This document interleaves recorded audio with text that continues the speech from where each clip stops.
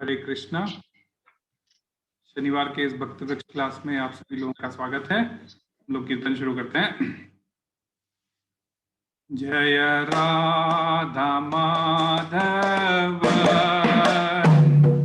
जय कुंज बिहारी जय राधा माधव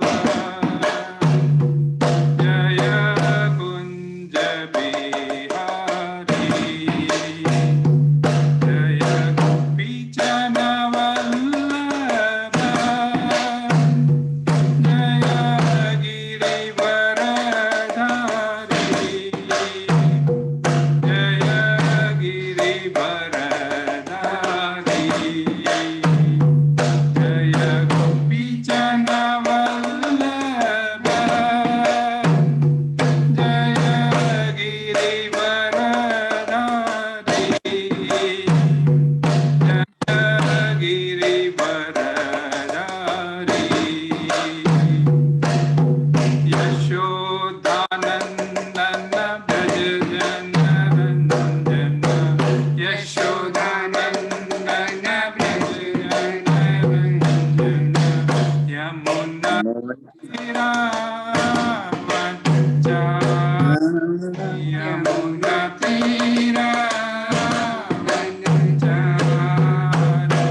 जय राधा माधव जय कुंज बिहारी जय राधा माधव जय कुंज बिहारी। हरे Krishna Krishna Krishna Hare Hare Hare Rama Ram Ram Hare Hare Hare Krishna, Krishna Krishna, Hare Hare, Hare Rama, Rama Hare Hare.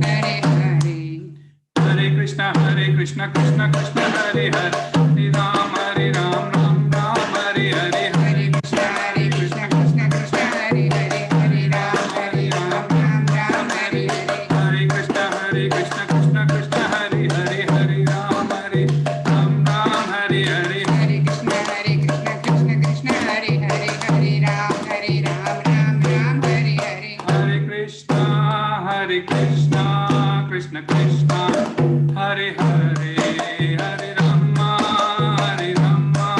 Ram Ram Hare Hare Hare Krishna, Krishna Krishna, Hare Hare, Hare Rama, Rama Hare Hare. जय प्रभुपद जय प्रभुपद जय प्रभुपद शिल प्रभुपद Jai जय Prabhupada, Jai Prabhupada, Jai Prabhupada, Srila Prabhupada. Nitai गौर हरि बोल हरि बोल हरि बोल निताय गौर हरि बोल निताय गौर। Hari Bol, Hari Bol, Hari Bol, Nitai Gaur Hari Bol. युग धर्म हर नाम संकीर्तन की जय एवं विष्णुपाद परमहंस परिव्राज कचार्य अष्टोत्तर शतमत अभय चरणारविंद ऐसी भक्ति वेदांत स्वामी शील प्रभुपाद की जय कृष्ण कृपा मूर्ति शील प्रभुपाद की जय इस्कॉन फाउंडर आचार्य शील प्रभुपाद की जय जय ओम विष्णुपाद परमहंस परिव्राज कचार्य अष्टोत्तर शतमत भक्ति सिद्धांत सरस्वती गोस्वामी महाराज प्रभुपाद ठाकुर की जय अनंत कोटि वैष्णव वृंद की जय नामाचार्य श्री हरिदास ठाकुर की जय प्रेम से कहो जय श्री कृष्ण चैतन्य प्रभु नित्यानंद श्री अद्वैत गदाधर श्रीवासादि श्री गौर भक्त वृंद की जय जय श्री राधा कृष्ण गोपीनाथ श्याम कुंड राधा कुंड गिरी गोवर्धन धाम की जय वृंदावन मथुरा धाम की जय नवदीप मायापुर धाम की जय पुण्य क्षेत्र जगन्नाथपुरी धाम की जय गंगा माई की जय यमुना माई की जय भक्ति देवी की जय तुलसी महारानी की जय सामवेद भक्त वृंद की जय all glories to assembled devotees Hare Krishna all glories to assembled devotees Hare Krishna all glories to assembled devotees Hare Krishna all glories to Shri Shri Guru and Shri Shri Gauranga Hare Krishna पुनः आप सभी भक्तों का एक बार स्वागत है। शनिवार के इस भक्ति वृक्ष क्लास में कुछ नए नए भक्त भी जुड़े हैं, उन सबका भी हम स्वागत करते हैं। और ये अभी चर्चा चल रही है तीसरे अध्याय की, और हम लोग पिछले सप्ताह तक श्लोक क्रमांक 24 देखा था। तो आज हम 2 श्लोक लेंगे, 25 और 26। तो मैं स्क्रीन शेयर कर रहा हूँ। तो शुरुआत करने से पहले भगवान को याद कर लेते हैं। ओम नमो भगवते वासुदेवाय। ओम नमो भगवते वासुदेवाय। ओम नमो भगवते वासुदेवाय। नारायणं नमस्कृत्यं नरं चैव नरोत्तमं देवीं सरस्वतीं व्यासं ततो जयमुदीरये। नष्टप्रायेषु भद्रेषु नित्यं भागवत सेवया भगवती उत्तमश्लोकैर्भक्तिर्भवति नैष्टकिम्। हरे कृष्ण।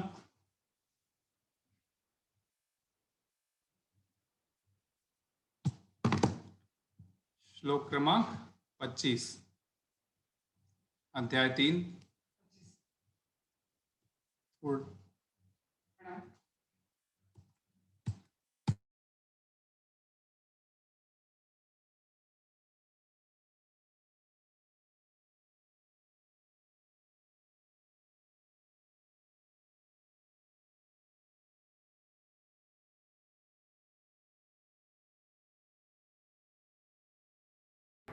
भैया म्यूट हो आप।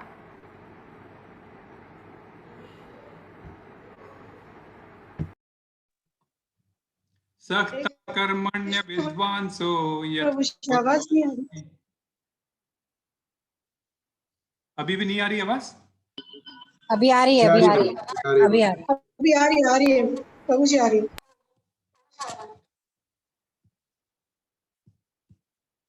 सक्ता कर्मण्य विद्वांसो यथा कुर्वन्ति भारतः कुर्याद्विद्वांस्तथा शक्तश्चिकीर्षुर्लोकसङ्ग्रहम्। सक्ता कर्मण्य विद्वांसो यथा कुर्वन्ति भारतः कुर्याद्विद्वांस्तथा शक्तश्चिकीर्षुर्लोकसङ्ग्रहम्।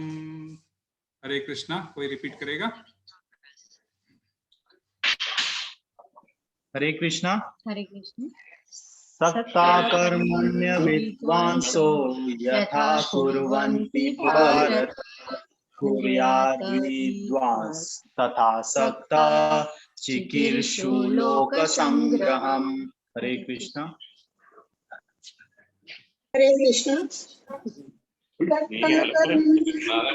कर्मण्य विद्वांसो यथा कुर्वन्ति भारत कुर्याद् विद्वान् तथा चिकीर्षु लोकसंग्रहः।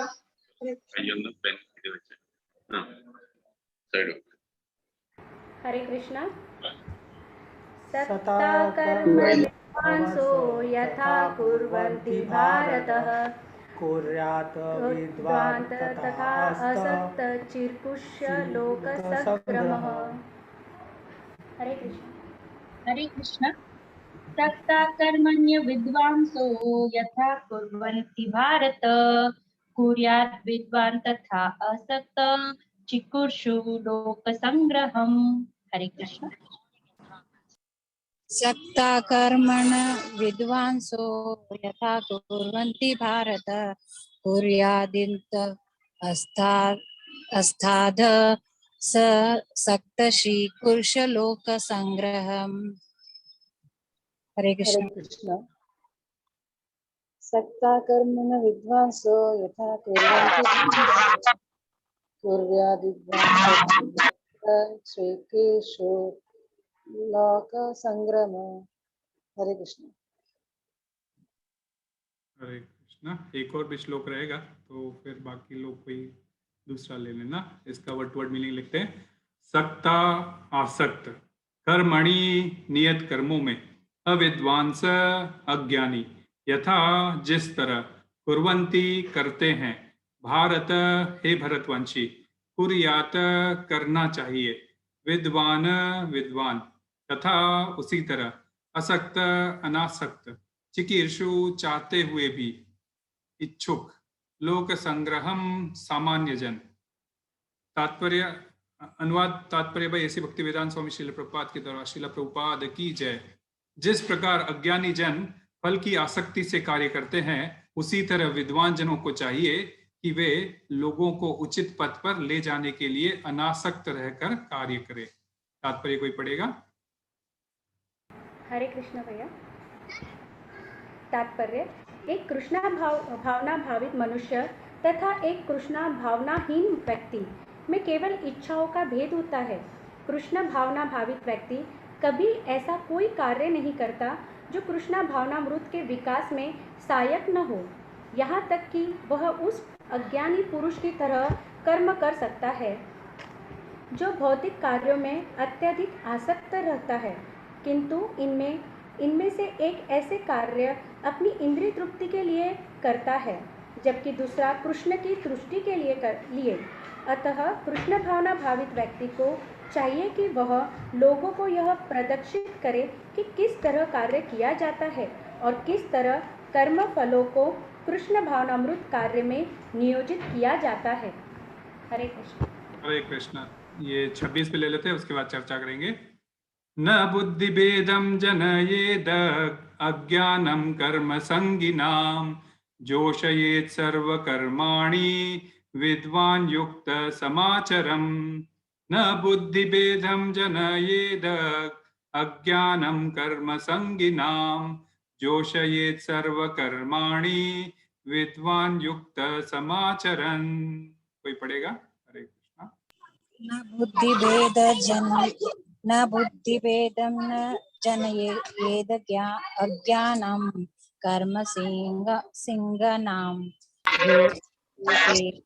कर्माणि विद्वान् युक्त समाचरन्। हरे कृष्ण। हरे कृष्णा। Yes, द्विभेदं जनयेद अज्ञानं कर्म संगिना जोषेत् सर्वकर्माणि विद्वान् युक्त समाचरन्। हरे कृष्णा। हरे कृष्णा। न बुद्धिभेदं जनायेत अज्ञानं कर्म संगिनां जोषयेत सर्वकर्माणि विद्वान् युक्त समाचरन्। हरे कृष्णा। हरे कृष्णा।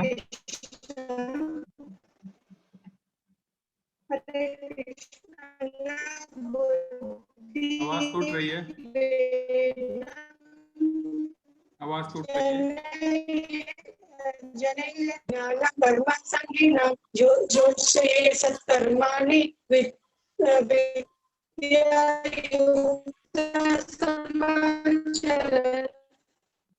हरे कृष्णा।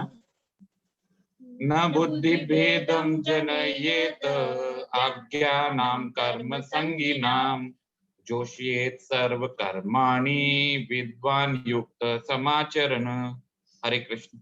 हरे कृष्ण। कोई और लेना चाहे तो फिर हम या बोलिए काव्या। हरे कृष्णा भैया। या न बुद्धिभेदं जनयेत् अज्ञानं कर्म संगिनां जोषयेत् सर्वकर्माणि विद्वान् युक्त समाचरन्। हरे कृष्णा। हरे कृष्ण। न बुद्धि भेदं जनयेद ज्ञान कर्म संगिनां जोषयेत् सर्वकर्माणि विद्वान् युक्त समाचरन्। Hare Krishna. Hare Krishna. Word to word meaning लेते हैं। न नहीं, बुद्धि भेदम बुद्धि का विचलन, जनयेत उत्पन्न करे, अज्ञानाम मूर्खों का, कर्म संगीनाम सकाम कर्मों में आसक्त, जोशयेत नियोजित करे, सर्व सारे, कर्माणि कर्म, विद्वान विद्वान व्यक्ति, युक्त लगा हुआ तत्पर, समाचरण अभ्यास करता हुआ। अनुवाद तात्पर्य ऐसी भक्ति वेदांत स्वामी श्रील प्रभुपाद के द्वारा, श्रील प्रभुपाद की जय। विद्वान व्यक्ति को चाहिए कि वह सकाम कर्मों में आसक्त अज्ञानी पुरुषों को कर्म करने से रोके नहीं, ताकि उनके मन विचलित ना हो। अपितु भक्ति भाव से कर्म करते हुए वह उन्हें सभी प्रकार के कार्यों में लगाए, जिससे कृष्ण भावनामृत का क्रमिक विकास हो। तात्पर्य कोई पढ़ेगा? हरे कृष्णा भैया। पढ़िए पढ़िए बुक। हाँ, वेदे च सर्व तात्पर्य बाय भक्तिवेदांत स्वामी श्रील प्रभुपाद की जय।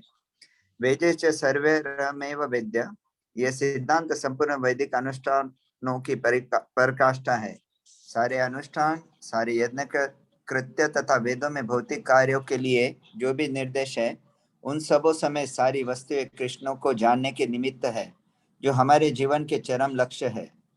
लेकिन चूंकि बद्धजीव इंद्रिय तृप्ति के अतिरिक्त और कुछ नहीं जानते, अतः वे वेदों का अध्ययन इसी दृष्टि से करते हैं।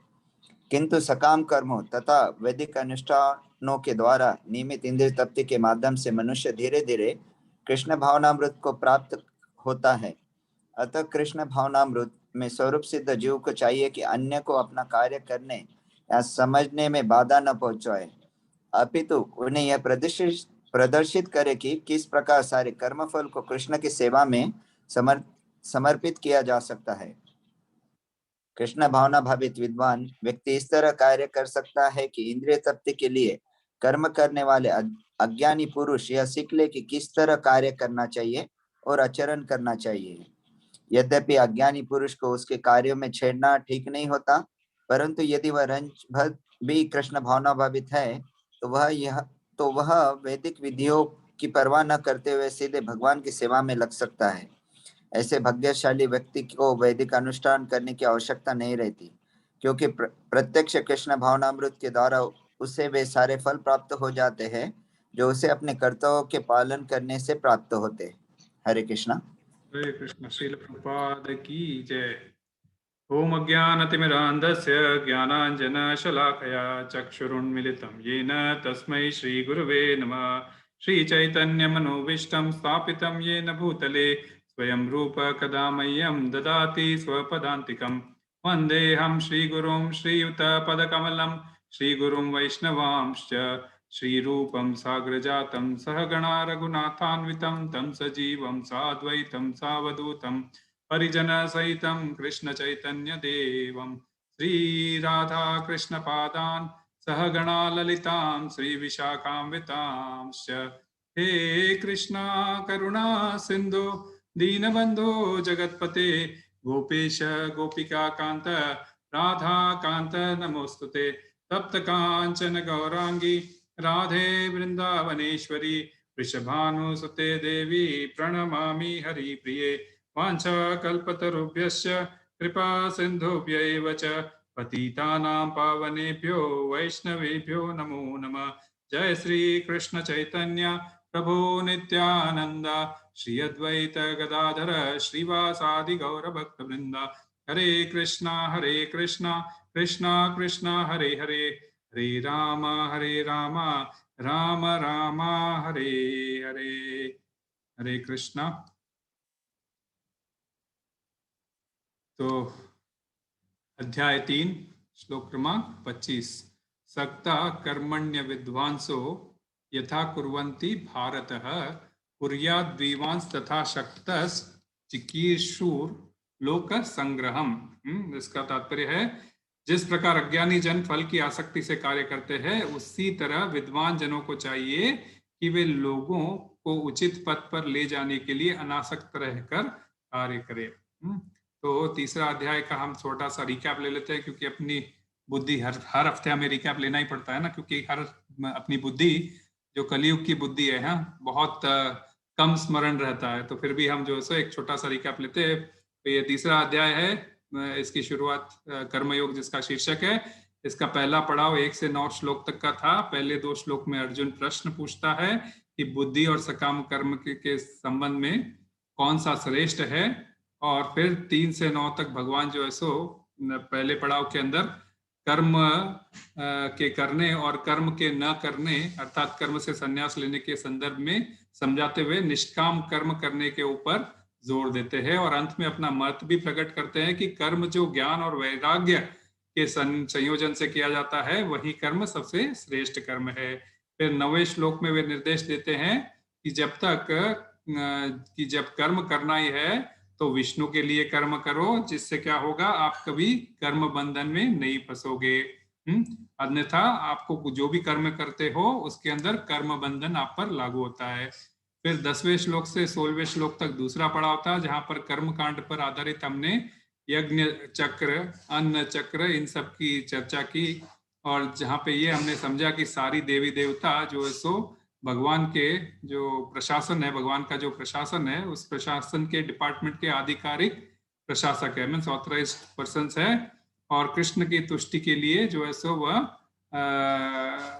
हम जो भी कर्म करते हैं, अन्य देवी देवताओं को भी अधिक हम कर्म करते हैं, तो वो इनडायरेक्टली जो है सो भगवान को ही वे लोग अर्पण करते हैं। तो इनडायरेक्टली हमारा जो कर्म है इनडायरेक्टली विष्णु को ही जाता है, और यदि हम उनको अर्पण नहीं करते हैं तो हम चोर और पापी इत्यादि कहलाते हैं। ये सब हमने डिटेल में पहले समझा था। फिर 17वें श्लोक से 35वें श्लोक तक इसका तीसरा पड़ाव, जो तीसरा खंड शुरू हुआ, जिसमें पुनः निष्काम कर्म के ऊपर चर्चा शुरू हुई थी, और हर एक श्लोक में भगवान जो है सो हमको कुछ लेसन्स देते हैं जो हमें अपने जीवन में उतारने का प्रयास करना चाहिए। 19वें श्लोक में हमने स्वरूप सिद्ध व्यक्ति के बारे में जाना था, जो नियत कर्म करके सिद्धि को प्राप्त कर सकता है ना। मीन्स भगवान को प्राप्त करना है तो नियत कर्म करते रहो, वर्णाश्रम धर्म हमने ये सब सिखा था ना। और 20वें श्लोक में एग्जाम्पल देते हैं भगवान, जनक महाराज आदि राजाओं का उदाहरण देते हुए कहते हैं कि केवल नियत कर्मों को करने से ही हम जो है सो सिद्धि प्राप्त कर सकते हैं। तो इसीलिए जो है सो सामान्य जनों को शिक्षा देने की दृष्टि से तुम जो है सो कर्म करो अर्जुन, इस प्रकार जो है सो वह आदेश देते हैं। और 21वें श्लोक में भगवान आचरण के ऊपर जोर देते हुए कहते हैं कि श्रेष्ठ व्यक्ति जिस प्रकार कर्म करता है, सामान्य लोग उसी का आचरण करते हैं। और अर्जुन को ये सलाह देते हैं कि अर्जुन को क्या देते हैं, अर्जुन के थ्रू हमें सलाह देते हैं कि कर्म करो ताकि लोग उसका अनुगमन कर सके और लाभान्वित हो सके, ऐसे कर्म करो। फिर 22वें श्लोक में भगवान स्वयं अपने विषय के बारे में बतलाते हैं कि तीनों लोकों में कोई भी ऐसी वस्तु है जो उन्हें प्राप्त करने की कोई जरूरत नहीं है, फिर भी जो है सो वे स्वयं भी कर्म करते हैं जब भी वे अवतरित होते हैं। और 23 और 24 श्लोक में तो उन्होंने यहाँ तक कहा कि यदि वे सावधानी पूर्वक कर्म न करे तो सामान्य लोग जो है सो उनका अनुगमन करेंगे। और यदि कृष्ण स्वयं कहते हैं, यदि मैं अपना नियत कर्म न करूं तो ये सारे लोग नष्ट हो जाएंगे, तब मैं अवांछित जन समुदाय वर्ण संकर को उत्पन्न करने का कारण हो जाऊंगा, और इस तरह जो है सो संपूर्ण प्राणियों की शांति का मैं विनाशक बनूंगा। और बलवंत प्रभु ने बहुत ही सुंदर सी क्लास ली थी जहाँ पे हमने इसके ऊपर काफी डिटेल में चर्चा भी की थी। अब आज के श्लोक पे आते हैं। तो आज के श्लोक में यहाँ भगवान क्या कह रहे हैं, भगवान बता रहे हैं कि भगवान जो चीज बता रहे हैं तो देखने में तो ऐसा लगता है कि जिस प्रकार सामान्य लोग जो कर्म करते हैं उसी प्रकार आत्मज्ञानी व्यक्ति भी कर्म कर रहा है। जो काम सामान्य व्यक्ति कर रहा है वह सेम जो है सो कोई आत्मज्ञानी, इवन जो सिद्ध पुरुष है, वह भी वही काम कर रहा है ऐसे लगता है, परंतु उसमें अंतर है। तो अंतर क्या है, अंतर है इच्छाओं का। अंतर है इच्छाओं का। सामान्य लोग जो है सो अपनी इंद्रिय तृप्ति के लिए कर्म करते हैं, और आत्मज्ञानी व्यक्ति क्या करता है, अपने इंद्रिय तृप्ति के लिए कर्म नहीं करता, वरन वह जो है सो सामान्य लोगों को कर्म में लगाए रखने के लिए जो है सो वह कर्म करता है। तो इस श्लोक में यह समझा गया है। इसको हम जो है सो थोड़ा 3 भागों में डिवाइड करके इसको समझने की कोशिश करते हैं। ये श्लोक की जो 2 लाइनें हैं उसमें 3 भाग को हम डिवाइड करते हैं। तो पहला पार्ट है जिसमें से क्या हमें शिक्षा मिलेगी, सक्ता कर्मण्य विद्वांसो यथा कुर्वन्ति भारत, अर्थात जिस प्रकार कर्मों से आसक्त अज्ञानी जन कर्म करते हैं। तो एक एक अक्षर इसमें समझना बहुत इंपॉर्टेंट है। सक्ता जो पहला वर्ड आया है उसका मतलब क्या है, सक्ता का मतलब यहाँ पे ट्रांसलेशन में प्रभुपाद ने लिया था आसक्त।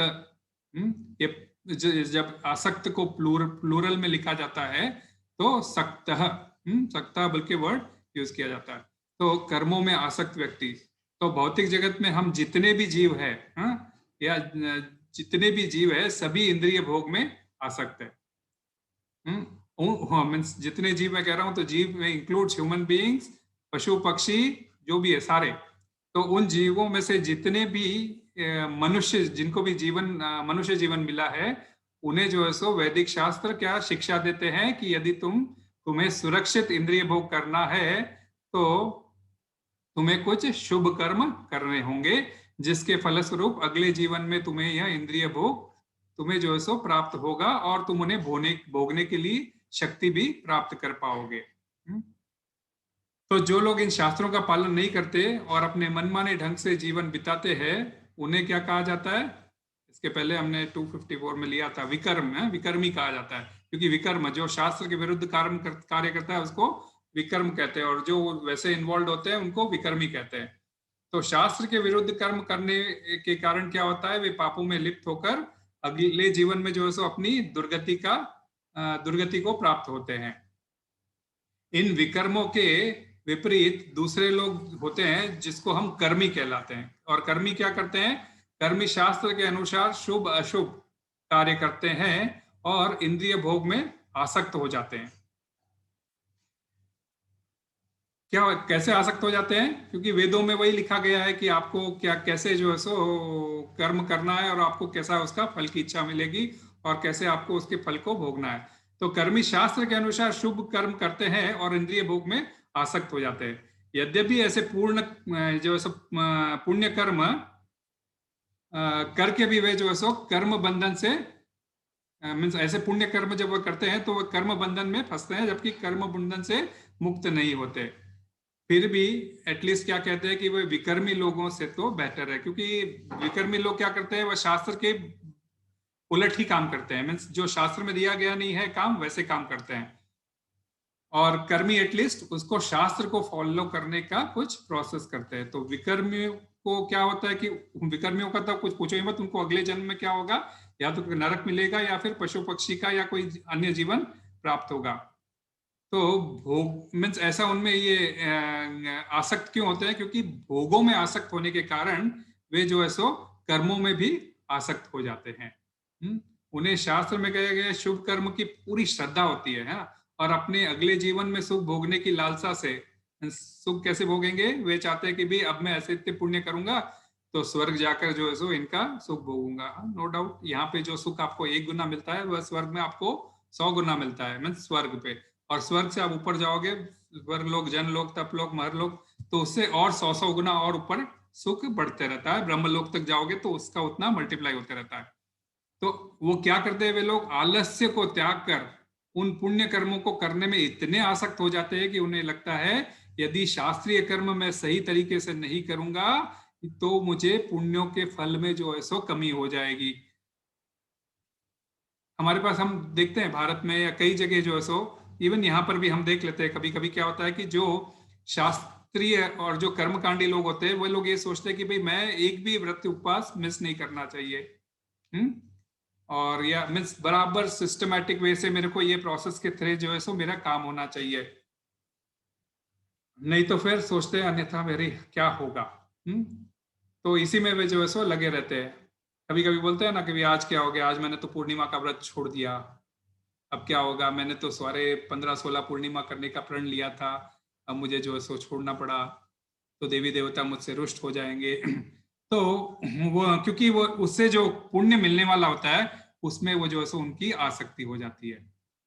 तो इसीलिए जो है सो वे बड़े सावधानी से भी करते हैं और जो है सो बहुत इन्वॉल्व होके करते हैं। तो ऐसे आसक्त लोगों को यहाँ भगवान क्या कह रहे हैं? अविद्वान होते हैं। सक्त कर्माणि अविद्वांसो यथा कुर्वन्ति भारत। हे अर्जुन, ऐसे लोग जो कर्मों में आसक्त होते हैं वे अविद्वान या मूर्ख कहलाते हैं। तो ये समझने की बात है, बहुत गूढ़ रहस्य है इसमें। इसके विषय में भागवतम के 3 स्कंद के 3 अध्याय में भगवान कपिल देव का अवतरण आता है।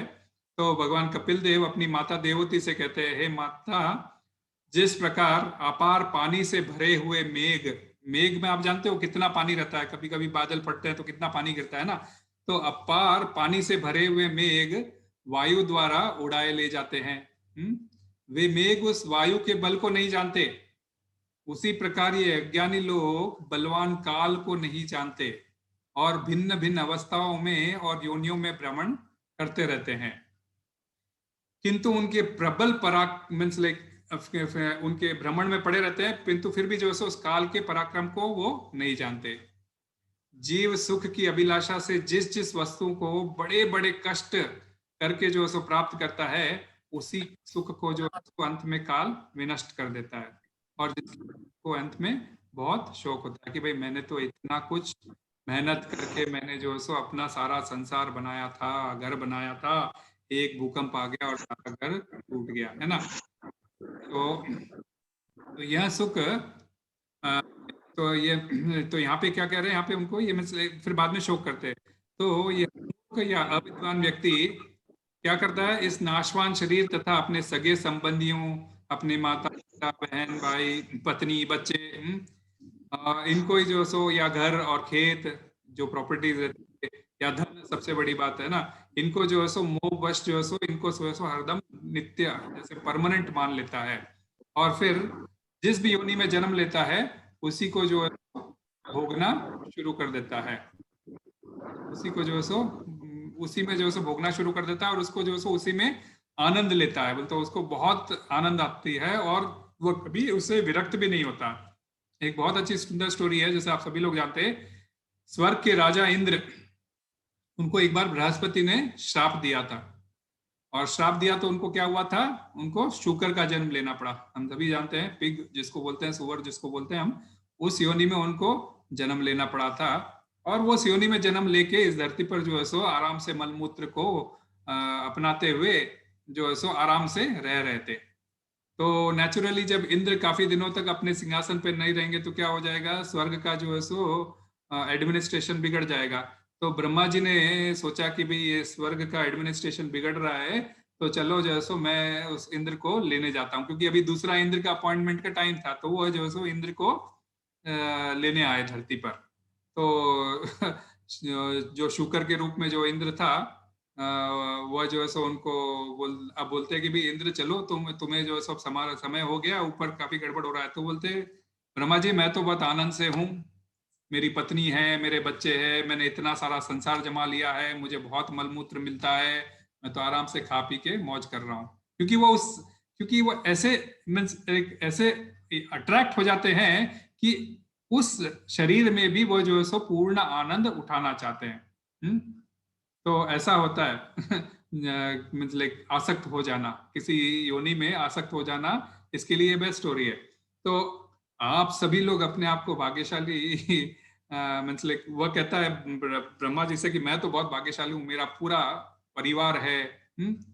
और वैसे ही जो है सो हम भी जो है सो वैसे ही सोचते हैं कि भाई आज मेरा पूरा जो है सो भरा पूरा परिवार है, मेरे बच्चे हैं, मैंने जो है सो उनके लिए इतनी प्रॉपर्टी बना के रख दी है, आज इतने लिए प्रॉपर्टी पैसे सब बना के रख दिए है, लेकिन काल कब आके डेरा डाल जाता है हमें पता भी नहीं चलता है। अच्छा चलो काल बाद में आएगा, उससे पहले क्या होता है, हमारे जो है सो बुढ़ापा हमारे सामने आता है ना। बुढ़ापा जैसे ही दस्तक देखता है तो हम लोगों को नाना प्रकार के दुख झेलने पड़ते हैं। हमारे में वो जो है सो उतनी अग्नि नहीं रह जाती कि हम सारे कार्य अपने आप कर सके, फिर भी जो है सो मोह नहीं छूटता है।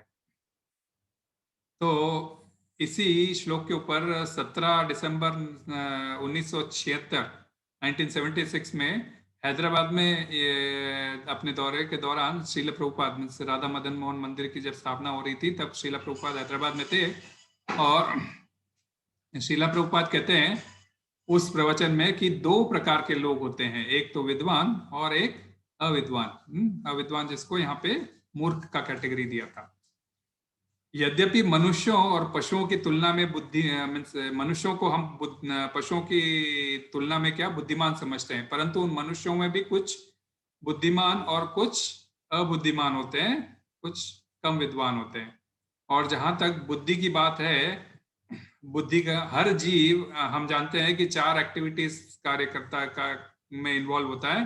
जैसे क्या होता है 4 एक्टिविटीज क्या हर जीव करता है, हर जीव खाना खाता है, हर जीव सोता है, हर जीव अपना बचाव करता है, और जो है सो हर जीव जो है सो मीटिंग जैसे सहवास करता है।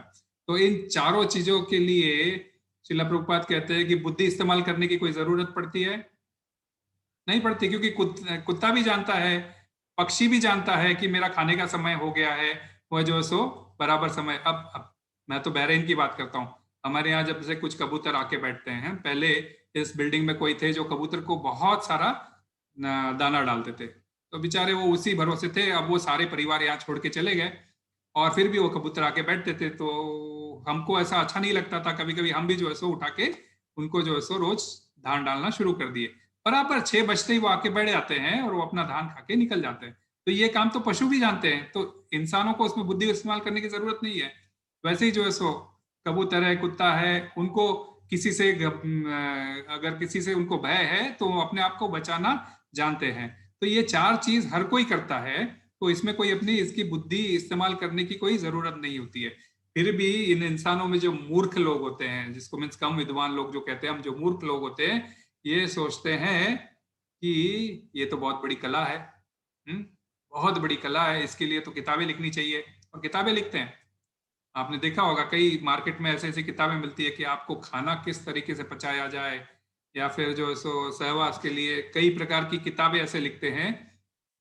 और क्या लिखते हैं उनके बारे में, क्या कि कैसे बुद्धि का इसमें उपयोग किया जा सकता है।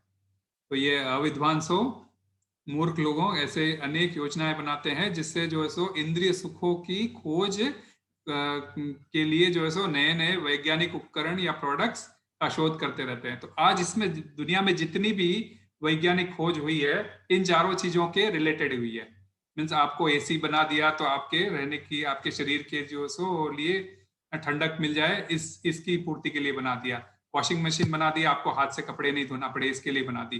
तो ये खाना, सोना, बचाव करना और सहवास करना, अपने जीवन को जीना, इसके अलावा अपने मटेरियल जिंदगी के चीजों के लिए ही जो है सो सारी वैज्ञानिक उपकरण बने हैं। और उन वैज्ञानिक उपकरणों का हमें इस्तेमाल कितने साल करना है? ज्यादा से ज्यादा 100 साल, लेकिन आज तो 60-70 साल ही हम बोल सकते हैं, है ना।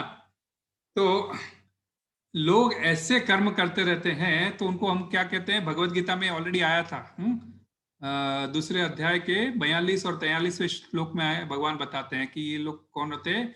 यामिमाम पुष्पिताम वाचम प्रवदत्य विपश्चिता वेदवाद रता पार्था नान्यद अस्ति न वादिना कामात्मना स्वर्ग परा जन्म कर्म फल प्रदाम क्रिया विशेष बहुलाम भोगैश्वर्य गतिम प्रति।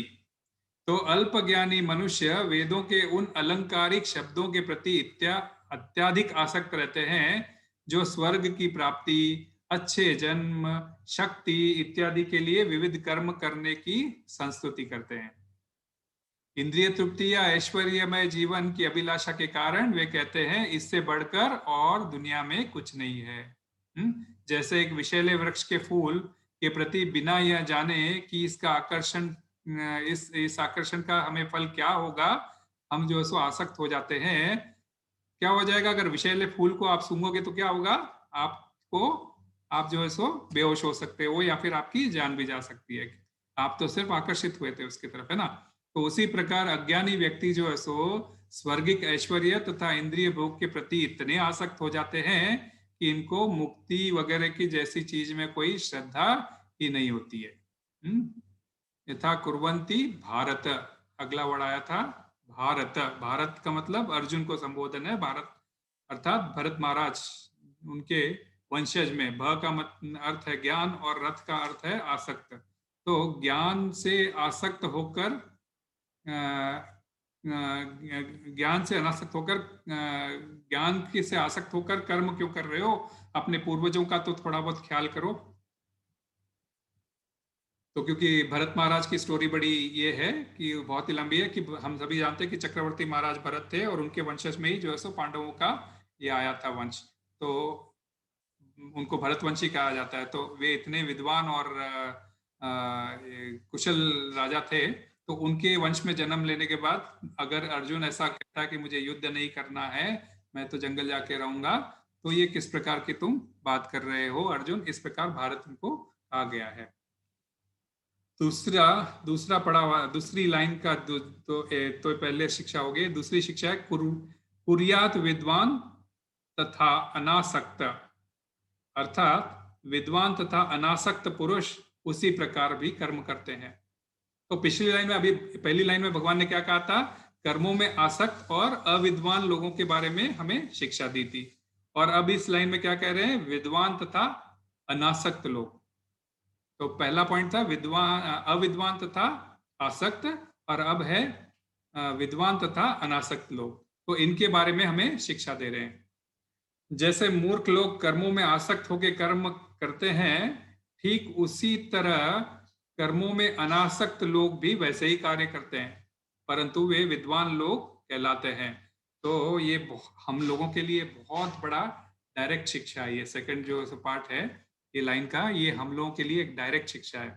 तो इन दोनों लाइनों में एक डिफरेंस है। किस चीज का है, कोई बता सकता है? इन दोनों लाइनों में किस चीज का डिफरेंस है? किस किस विषय पे ऐसा चर्चा चल रही है, कोई गैस कर सकता है? ठीक है, मैं बता लाइनों में। यस, कुछ बोल रहे हैं माता जी? हाँ, कृष्ण भावित और जो कृष्ण भावनाहीन है, इन दोनों में कंपैरिजन हो रही है ना। तो क्या डिफरेंस है उन दोनों के बीच में? एक अपने इंद्रिय तृप्ति में लगा हुआ है और एक जो भी कर रहा है वो। आपका पॉइंट सही है, आपका पॉइंट सही है माता जी। बस उसमें मैं एक ही वर्ड ढूंढ रहा था, उन दोनों के डिफरेंस में क्या रहता है? कॉन्शियसनेस का डिफरेंस है ना। उनका कॉन्शियसनेस कृष्णा कॉन्शियसनेस है, दूसरे का मटेरियल कॉन्शियसनेस है ना। तो डिफरेंस है कॉन्शियसनेस का। आसक्त व्यक्ति अपने इंद्रिय तृप्ति के लिए कार्य करता है, जैसे माता जी आप कह रहे थे ना, बराबर। आसक्त व्यक्ति का कॉन्शियसनेस इंद्रिय तृप्ति रहती है और वो बड़ी सावधानी से और तत्परता से जो है सो वह कर्म करता है। तो मैंने ऐसे जैसे कहा था, मैंने अभी व्रत रखा है ना। तो अनासक्त व्यक्ति भी वही काम करता है, व्रत तो अनासक्त व्यक्ति भी रखता है। दोनों के डिफरेंस, दोनों के बीच में क्या डिफरेंस है? दोनों के बीच में इस कॉन्शियसनेस का डिफरेंस है। दोनों ही सावधानी पूर्वक और तत्परता से जो है सो कार्य करते हैं, परंतु कृष्ण भावना भावित व्यक्ति कृष्ण की प्रसन्नता के लिए कार्य करता है। उनको बीच में रख के सब कुछ कार्य जो है सो उनको समर्पित करता है कि जो भी कृष्ण मेरे बारे में कहेंगे या करेंगे मेरा भला ही होगा। उनका कॉन्शियसनेस यही रहता है। तो डिफरेंस है इस कॉन्शियसनेस का। तो और दोनों की इच्छाओं में भी डिफरेंस है। यही सेम कॉन्शियसनेस की वजह से, हमारी इच्छा भी जो है सो उनमें भी डिफरेंस आ जाता है। और इस डिफरेंस को जो है सो हम दोनों से कनेक्ट करते हैं, दुर्योधन और अर्जुन से। तो पहली लाइन जो है सो दुर्योधन के लिए एप्लीकेबल है, क्योंकि दुर्योधन आसक्त भी था और कम बुद्धिमान भी था, क्योंकि कितनी बार समझाया था उसको कि युद्ध ना करो, फिर भी जो है सो वह कभी सुना नहीं। और दूसरी लाइन अभी जो है सो बुद्धिमान और अनासक्त, ये जो लाइन है ये अर्जुन के लिए है।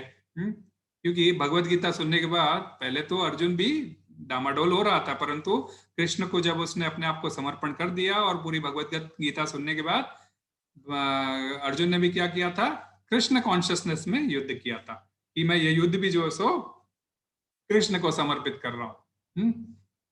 तो कार्य तो एक जैसा ही था, कार्य तो युद्ध करना ही था, परंतु कॉन्शियसनेस का फर्क पड़ गया और उनकी इच्छा अनुसार।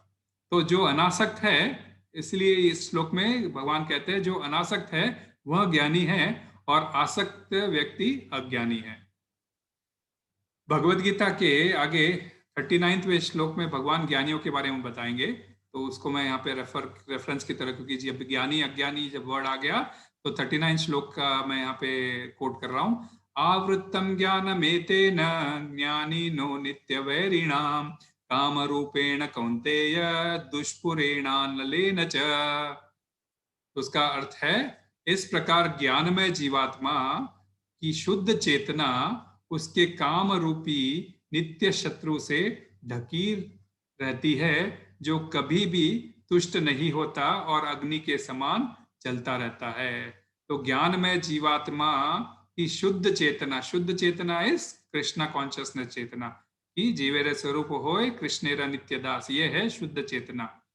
तो वह जो है सो काम से ढकी रहती है। और ये जो अगर वो ज्ञान में जीवात्मा यदि नहीं है, वो अज्ञानी व्यक्ति है, तो उसकी चेतना शुद्ध नहीं होगी और वो काम से ढका रहेगा और काम के वजह से उसका जो है सो पतन होगा। और उस पतन के 8 स्टेजेस हमने पहले देखे थे दूसरे अध्याय में। और इसमें इसकी चेतना जो है शुद्ध रहती है और वह जो काम रूप में जो अग्नि जलती रहती है अज्ञानियों के लिए वह गलत काम करवाती है, और ज्ञानियों में वही अग्नि जो जलती रहती है उसको निरंतर कृष्णा कॉन्शियसनेस में लगाए रखती है। तो दोनों ही शिक्षाओं में विशेषताओं का क्रम एक दूसरे से विपरीत है। जब पहली लाइन और दूसरी लाइन को आप देखोगे तो दोनों में जो है सो उसके जो स्पेशलिटी है, हम जो विशेषता बोलते हैं ना, जो नाउन को डिफाइन करते हैं, विशेषण जो शब्द बोलते हैं, तो उसका विशेषता जो है सो दोनों के लिए डिफरेंस है। पहली लाइन कहती है सक्त कर्माणि अविद्वांसो, आसक्ति शब्द पहले आया और फिर अविद्वान आया। तो आसक्ति में आने वाले लोग अविद्वान कहलाते हैं, और दूसरी लाइन में बिल्कुल उसके विपरीत, विद्वान अनासक्त, पहले शिक्षा लो फिर विद्वान बन जाओगे। तो भगवान जब बोल रहे हैं तो उनके बोलने में भी इतना बड़ा मीन्स आपको एक ज्ञान दे रहे हैं कि भाई अगर आसक्ति है तो आप अविद्वान कहलाओगे, और विद्वान हो तो आप अनासक्त रहोगे।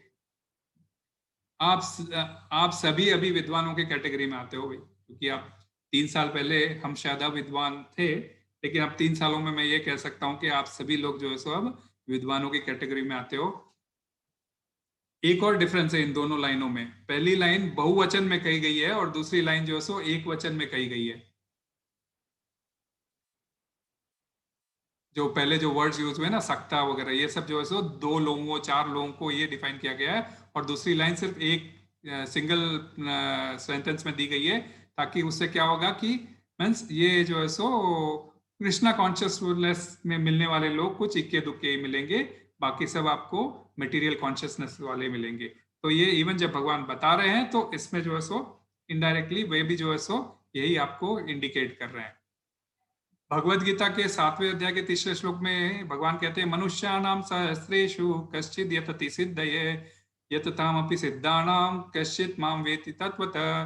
कई हजारों मनुष्यों में से कोई एक सिद्धि के लिए प्रयत्नशील होता है, और इस तरह सिद्धि प्राप्त करने वाला उसमें से विरला कोई एक ही मुझे वास्तव में जान पड़ता है। तो अभी जो मैं बता रहा था इसकी पुष्टि 7वें अध्याय के 3रे श्लोक में भी होगी कि कोई एक ही जो है सो कृष्ण को जानता है। इतने विरले लोग रहते हैं, उनमें से कोई 1-2 ही कृष्ण को जानता है। एक और मुख्य बात यहाँ है कि कृष्ण यहाँ अर्जुन के पहले श्लोक का भी उत्तर दे रहे हैं। पहले श्लोक में उसने क्या पूछा था, प्रश्न ये पूछा था कि युद्ध रूपी घोर कर्म में क्यों लगा रहे हो। इस प्रश्न का आज उत्तर भगवान दे रहे हैं कि अर्जुन, यह युद्ध जो है सो दुर्योधन के लिए घोर कर्म है, परंतु यह तुम्हारे लिए घोर कर्म नहीं है, अपितु ये कृष्णा कॉन्शियसनेस में किया गया कर्म है। और इस श्लोक के थर्ड अंतिम शिक्षा क्या है, चिकीर्षु लोक संग्रह। लोक संग्रह तो अर्थात लोक संग्रह चाहते हुए तुम कर्म करो। तो लोक संग्रह शब्द नया नहीं है, 20वें श्लोक में हमने इसे डिटेल में समझाता है ना, सामान्य लोग जनक के एग्जाम्पल में। अब तीनों शिक्षाओं को जब हम मिलाकर पढ़ते हैं तो पता चलता है अज्ञानी व्यक्ति स्वार्थ के लिए कर्म करता है और ज्ञानी व्यक्ति लोक संग्रह के लिए कर्म करता है। हाँ, तो शीला प्रभुपाद उसी हैदराबाद के प्रवचन के दौरान जो मैं अभी रेफर किया था 76 का, आप कहते हैं कि आप बड़ी बड़ी फैक्ट्रियां लगाने में तथा बड़ी बड़ी योजनाओं बनाने के कार्य कर रहे हो ताकि आर्थिक समस्या जो ये समस्या जो है सो सुलझ जाए, और यहाँ हम भोजन की सामग्री उत्पन्न करने का प्रयास कर रहे हैं, मीन्स खेती कर रहे हैं, तनाव रहित जीवन देने का प्रयास कर रहे हैं। हमें करने का शौक नहीं है, हमें करने की कोई जरूरत नहीं है, फिर भी हम कर रहे हैं। अतः अर्जुन को लोक संग्रह के लिए कर्म करना चाहिए। मूर्ख लोग जो है सो इंद्रिय भोग के लिए लिप्त रहने के कारण स्वर्ग प्रिफर करते हैं और वे वैकुंठ नहीं जाना चाहते, क्योंकि वैकुंठ में ऐसा कुछ सुख उनको वहां मिलता नहीं है, इसलिए वे जो है सो स्वर्ग प्रिफर करते हैं। वेराज अनासक्त लोग जो है सो कृष्ण भावनामृत में रहने वाले जो है सो वैकुंठ को प्रिफर करते हैं, और जो है सो इस चक्कर में वे नहीं पड़ते। और यहाँ तक कि इस आधुनिक युग में जितने भी वैज्ञानिक तंत्र है, यंत्र है, मशीन है, इन सब का प्रयोग भी वे जो है सो कृष्णा कॉन्शियस से कनेक्ट करने के लिए करते हैं। युक्त वैराग जिसे हम कहते हैं, चाहे वो आज इंटरनेट का माध्यम हो, हम जूम यूज कर रहे हैं, चाहे हम जब भारत जाते हैं तो हवाई जहाज में जाते हैं, अभी बैठे हैं तो एसी लगा के बैठे हैं, कंप्यूटर यूज कर रहे हैं, तो ये सारे मॉडर्न उपकरण हैं जो वैदिक काल में नहीं थे। फिर इनको भी जो है सो हम कृष्ण के कार्य से कनेक्ट करते हैं, तो ये भी जो है सो युक्त हो जाते हैं भगवान से युक्त वैराग्य के लिए। अब 26वें श्लोक पे आते हैं। तो 26वें श्लोक में भगवान इसी इसी जो है सो 25वें श्लोक में उन्होंने जो कहा है, जो भी उन्होंने इंस्ट्रक्शन 25वें श्लोक में दिया है इंस्ट्रक्शन हमको, उसी को जो है सो दोहरा रहे हैं, उसी चीज को दोहरा रहे हैं। इसीलिए मैंने दोनों श्लोक आज ही ले लिए। तो उसी श्लोक को कैसे दोहरा रहे हैं ये समझते हैं। ये दो इंपॉर्टेंट मैसेजेस है जो वो लाइन बोल रहे हैं, और वो जब ये मैसेज हमको दे रहे हैं, ना बुद्धि भेदम जनयेद ज्ञानम कर्म संगिनाम जोशयेत सर्व कर्माणि विद्वांस युक्त समाचरन। विद्वान व्यक्ति को चाहिए कि वह सकाम कर्मों में आसक्त अज्ञानी पुरुष को कर्म करने से रोके नहीं, ताकि उनके मन विचलित न हो, अपितु भक्ति भाव से कर्म करते हुए वह उन्हें उसी प्रकार के कार्यों में लगाए जिससे कृष्ण भावनामृत का क्रमिक विकास हो। तो पहली लाइन क्या है, न बुद्धि भेदम जनयेत अज्ञानम कर्म संगीनाम, अर्थात कृष्ण भावना भावित व्यक्ति को चाहिए कि अज्ञानी तथा कर्मों में आसक्त लोगों में बुद्धि भेद न उत्पन्न करे। वही ज्ञान जो 25वें श्लोक में भगवान ने लोक संग्रह विधि से दिया था कि भी लोगों के कल्याण के लिए तुम भी वही कार्य करो जो बाकी कर रहे हैं, बट कॉन्शियसनेस में डिफरेंस हो जाता है। और इस श्लोक के जरिए वह जो सो बुद्धि भेद के जरिए इसी चीज को दोहरा रहे हैं। लोक संग्रह और बुद्धि भेद दोनों विपरीत शब्द है। लोक संग्रह इन जनरल पॉपुलेशन के लिए है, और बुद्धि भेद व्यक्ति के इंडिविजुअल बुद्धि से कनेक्टेड है। तो बुद्धि भेद क्या चीज है इसकी हम थोड़ा चर्चा कर लेते हैं। बुद्धि का अर्थ तो हम सभी जानते हैं, बुद्धि अपने अंतकरण में जो निश्चयात्मक शक्ति होती है, अपने शरीर में अंतकरण में जो निश्चयात्मक शक्ति होती है वह बुद्धि कहलाती है ना। तो जो कर्म में आसक्त है उन्होंने निश्चय कर लिया होता है कि हम तो वेदों में कहे गए कर्म को करके इंद्रिय तृप्ति के सर्वोच्च लाभ को हम उठाएंगे, है ना। कई लोग होते हैं भाई आप कुछ भी बोलो मैं तो यही कार्य करूंगा, मुझे तो यज्ञ करना है, मैं यज्ञ करूंगा। हम बोलेंगे भाई चैंटिंग करो तो बोलते नहीं नहीं चैंटिंग से मेरा कुछ नहीं होगा, मैं पुजारी बुलाऊंगा, खूब यज्ञ करूंगा। तो ठीक है, तो उन्होंने निश्चय कर लिया होता है कि हम वेदों में कहे गए कर्म करके ही इंद्रिय तृप्ति का सर्वोच्च लाभ उठाएंगे। चलो ठीक है, इसका मतलब उनको एटलीस्ट शास्त्रों पर थोड़ा भरोसा तो है, और उनके कहे अनुसार अपने इंद्रियों को थोड़ा जो है सो संयमित करने की कोशिश भी कर रहे हैं, प्रयत्न भी कर रहे हैं। तो ऐसी बुद्धि जो है सो, जो उनकी जो बुद्धि होती है वो जो है सो उनको एटलीस्ट समुद्र में चलते हुए उस नौका के समान है जो आगे चलकर उनको अज्ञान के सागर को पार करा देगी। हम जैसे कहते हैं ना कर्मकांड लेवल पर है बुद्धि, ठीक है कर्मकांड लेवल पर है तो कोई बात नहीं, तो आगे चलकर जो है सो उनको जो है सो उस भक्ति के राह पर ले आएगी। ऐसी बुद्धि में भेद करना, भेद का क्या अर्थ होता है, भेदन, है ना। भेद मतलब भेदन करना अर्थात छिद्र बनाना। तो ऐसी बुद्धि में छिद्र मत बनाओ। हाँ, बुद्धि भेद का अर्थ है उन अज्ञानियों के बुद्धि रूपी नौका का तुम छेदन मत करो। नौका में छेदन करने का क्या तात्पर्य होता है, नौका में यदि हम छेदन करेंगे तो क्या होगा, नौका में पूरा पानी भर जाएगा और नौका जो है सो उन व्यक्तियों के साथ में समुद्र में डूब जाएगी। और भेद का एक और अर्थ होता है परिवर्तन। तो भगवान यहाँ संदेश दे रहे हैं कि तुम या तो छेद मत करो या परिवर्तन मत करो। तो भगवान यहाँ आदेश दे रहे हैं, संदेश क्या, आदेश दे रहे हैं कि कृष्ण भावनामृत व्यक्ति को अज्ञानियों की बुद्धि में किसी प्रकार का परिवर्तन फोर्स नहीं करना चाहिए। हाँ, यानी कि उनके बुद्धि में छिद्र नहीं बनाना चाहिए। छिद्र कैसे बनता है, जब आप किसी वस्तु के ऊपर एक जगह बार बार उसको जोर जोर से हथौड़ों से मारोगे तो छिद्र बन जाएगा, या फिर कील लेके उसको ठोकोगे तो फिर जो है सो छिद्र बन जाएगा। वैसे ही जिसकी जो आस्था है उसे हमें बदलने की कोई जरूरत नहीं है ना, कोई जरूरत नहीं है। हो सकता है ऐसा करने से उनके बुद्धि में छिद्र हो जाएगा, क्योंकि यदि हम उसको पलटने की कोशिश करेंगे तो हो सकता है उनकी बुद्धि जो है सो उसमें छिद्र हो जाएगा, और वे रहे से एटलीस्ट वो वेदों के थ्रू जो कर्मकांड के मार्ग पर चल रहे हैं, हो सकता है वह उसको भी छोड़ दे और जो है सो अंधकार के संसार सागर में उस नौका की तरह डूब जाएंगे। तो ये निषेधात्मक रूप में मीन्स लाइक कोई भी एक तो प्रत्यक्ष आपको इंस्ट्रक्शन देते हैं और एक जो है सो निषेध नहीं के रूप में किसी को पॉजिटिव संदेश दिया जाता है। तो ये निषेधात्मक तरीके से भगवान ये आज्ञा दे रहे हैं।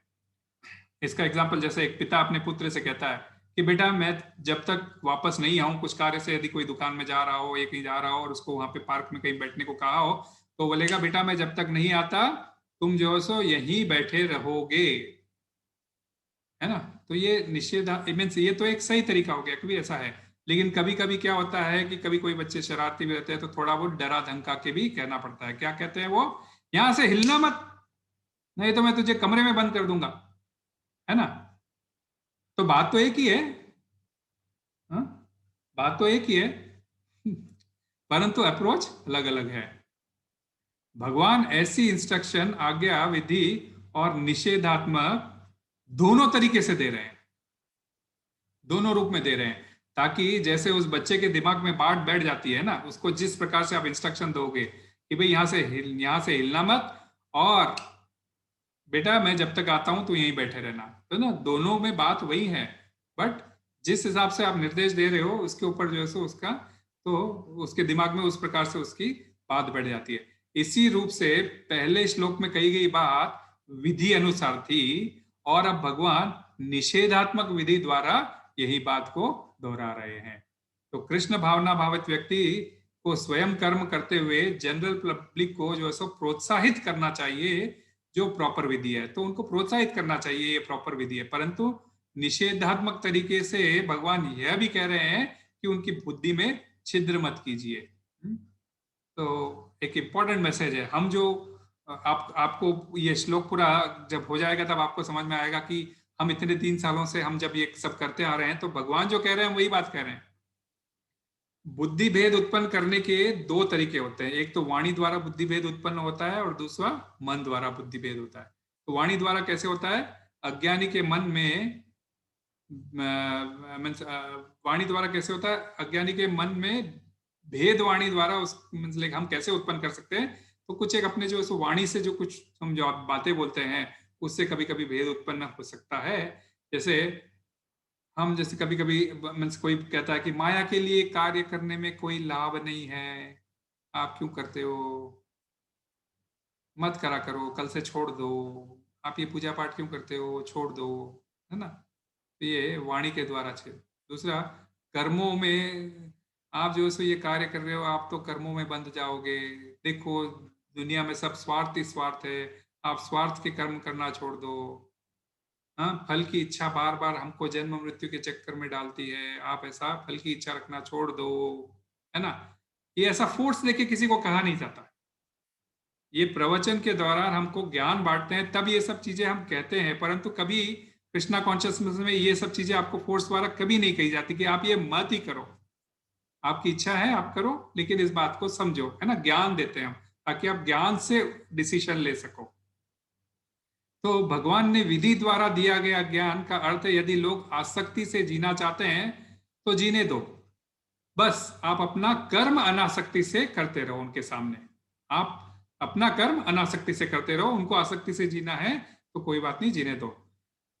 जैसे अपने एक शिष्य को श्रील प्रभुपाद ने वृंदावन के मंदिर बनाते समय सीमेंट की बोरियां गिनने में लगवाया था। तो उस शिष्य ने कहा, प्रभुपाद ये क्या सेवा है, ये क्या सही है, मेरे शिष्य भाई मंदिर में जप कर रहे हैं या फिर अर्च विग्रह की सेवा में लगे हुए हैं और मैं जो है सो सीमेंट की बोरियां गिनने में लगा हूं। तो श्रीला प्रभुपाद ने उत्तर दिया, आप भी कृष्ण भावनामृत का कार्य ही कर रहे हैं जो बाकी शिष्य मंदिर में बैठकर कर रहे हैं। आप भगवान के लिए आवास यानी कि मंदिर बनाने में अपना समय लगा रहे हैं, अपने खुद की इंद्रिय तृप्ति के लिए आप ये मंदिर नहीं बना रहे हैं, आप भगवान की इंद्रिय तृप्ति के लिए यह कार्य कर रहे हैं। तो यह कृष्ण भावनामृत का कार्य है। हमने भी कभी अपनी जिंदगी में सीमेंट की बोरियां गिनी थी, चलो किसी ने मकान बनाई होगी तब सीमेंट की बोरियां गिनी होगी, मैंने ऑडिट के चक्कर में गिनी थी, ठीक है ना। तो सीमेंट की बोरियां हर कोई अपने जीवन में गिनता है, परंतु कॉन्शियसनेस क्या रहती है, आप अपना भवन बनाने में, अपने इंद्रिय तृप्ति के लिए भवन बनाते हैं, उसके लिए जो है सो आप गिनते हैं। और ये भक्त जो है सो भगवान के कार्य के लिए गिन रहा था, तो इसीलिए जो है सो वह अनासक्त भाव से, क्योंकि उस भवन से उसको क्या मिलना था, उसमें कोई आसक्ति थी नहीं, वो तो भगवान के घर के लिए बना रहा था, और भगवान की मंदिर बनेगा तो जन कल्याण मीन्स लाइक लोक संग्रह का फायदा होगा, इस हिसाब से बना रहा था। और जिसकी जो स्पेशलिटी होती है उसके हिसाब से उसको कार्य में लगाना चाहिए। श्रीला प्रभुपाद ने भी यही किया था, और इस्कॉन में भी इसी बात को होता है। यदि कोई अकाउंट्स में तेज है तो उसको अकाउंट्स में लगाया जाता है, कोई संगीत में तेज है उसको कीर्तन में लगाया जाता है, कोई खाना बनाने में तेज है तो उसको मतलब खाना बनाने में अच्छा है तो उसको खाना बनाने में लगाया जाता है, कोई आरती करने में है तो उसको आरती अर्च विग्रह में लगाया जाता है। तो ये बहुत जरूरी थी। और दूसरी भेद कैसे होता है?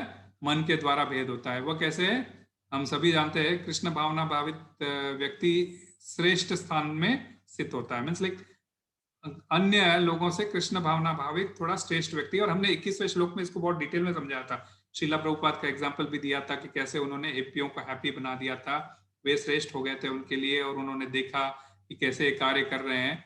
तो ऐसा श्रेष्ठ व्यक्ति यदि वह सामान्य व्यक्ति के बीच रहकर भी अपना कार्य करता है तो स्वतः सामान्य व्यक्ति के बुद्धि में भेद उत्पन्न हो जाएगा। और हुआ ही था, हम प्रैक्टिकली देखते हैं इस्कॉन में ऐसा हुआ था। उन्हें ऐसा मीन्स लाइक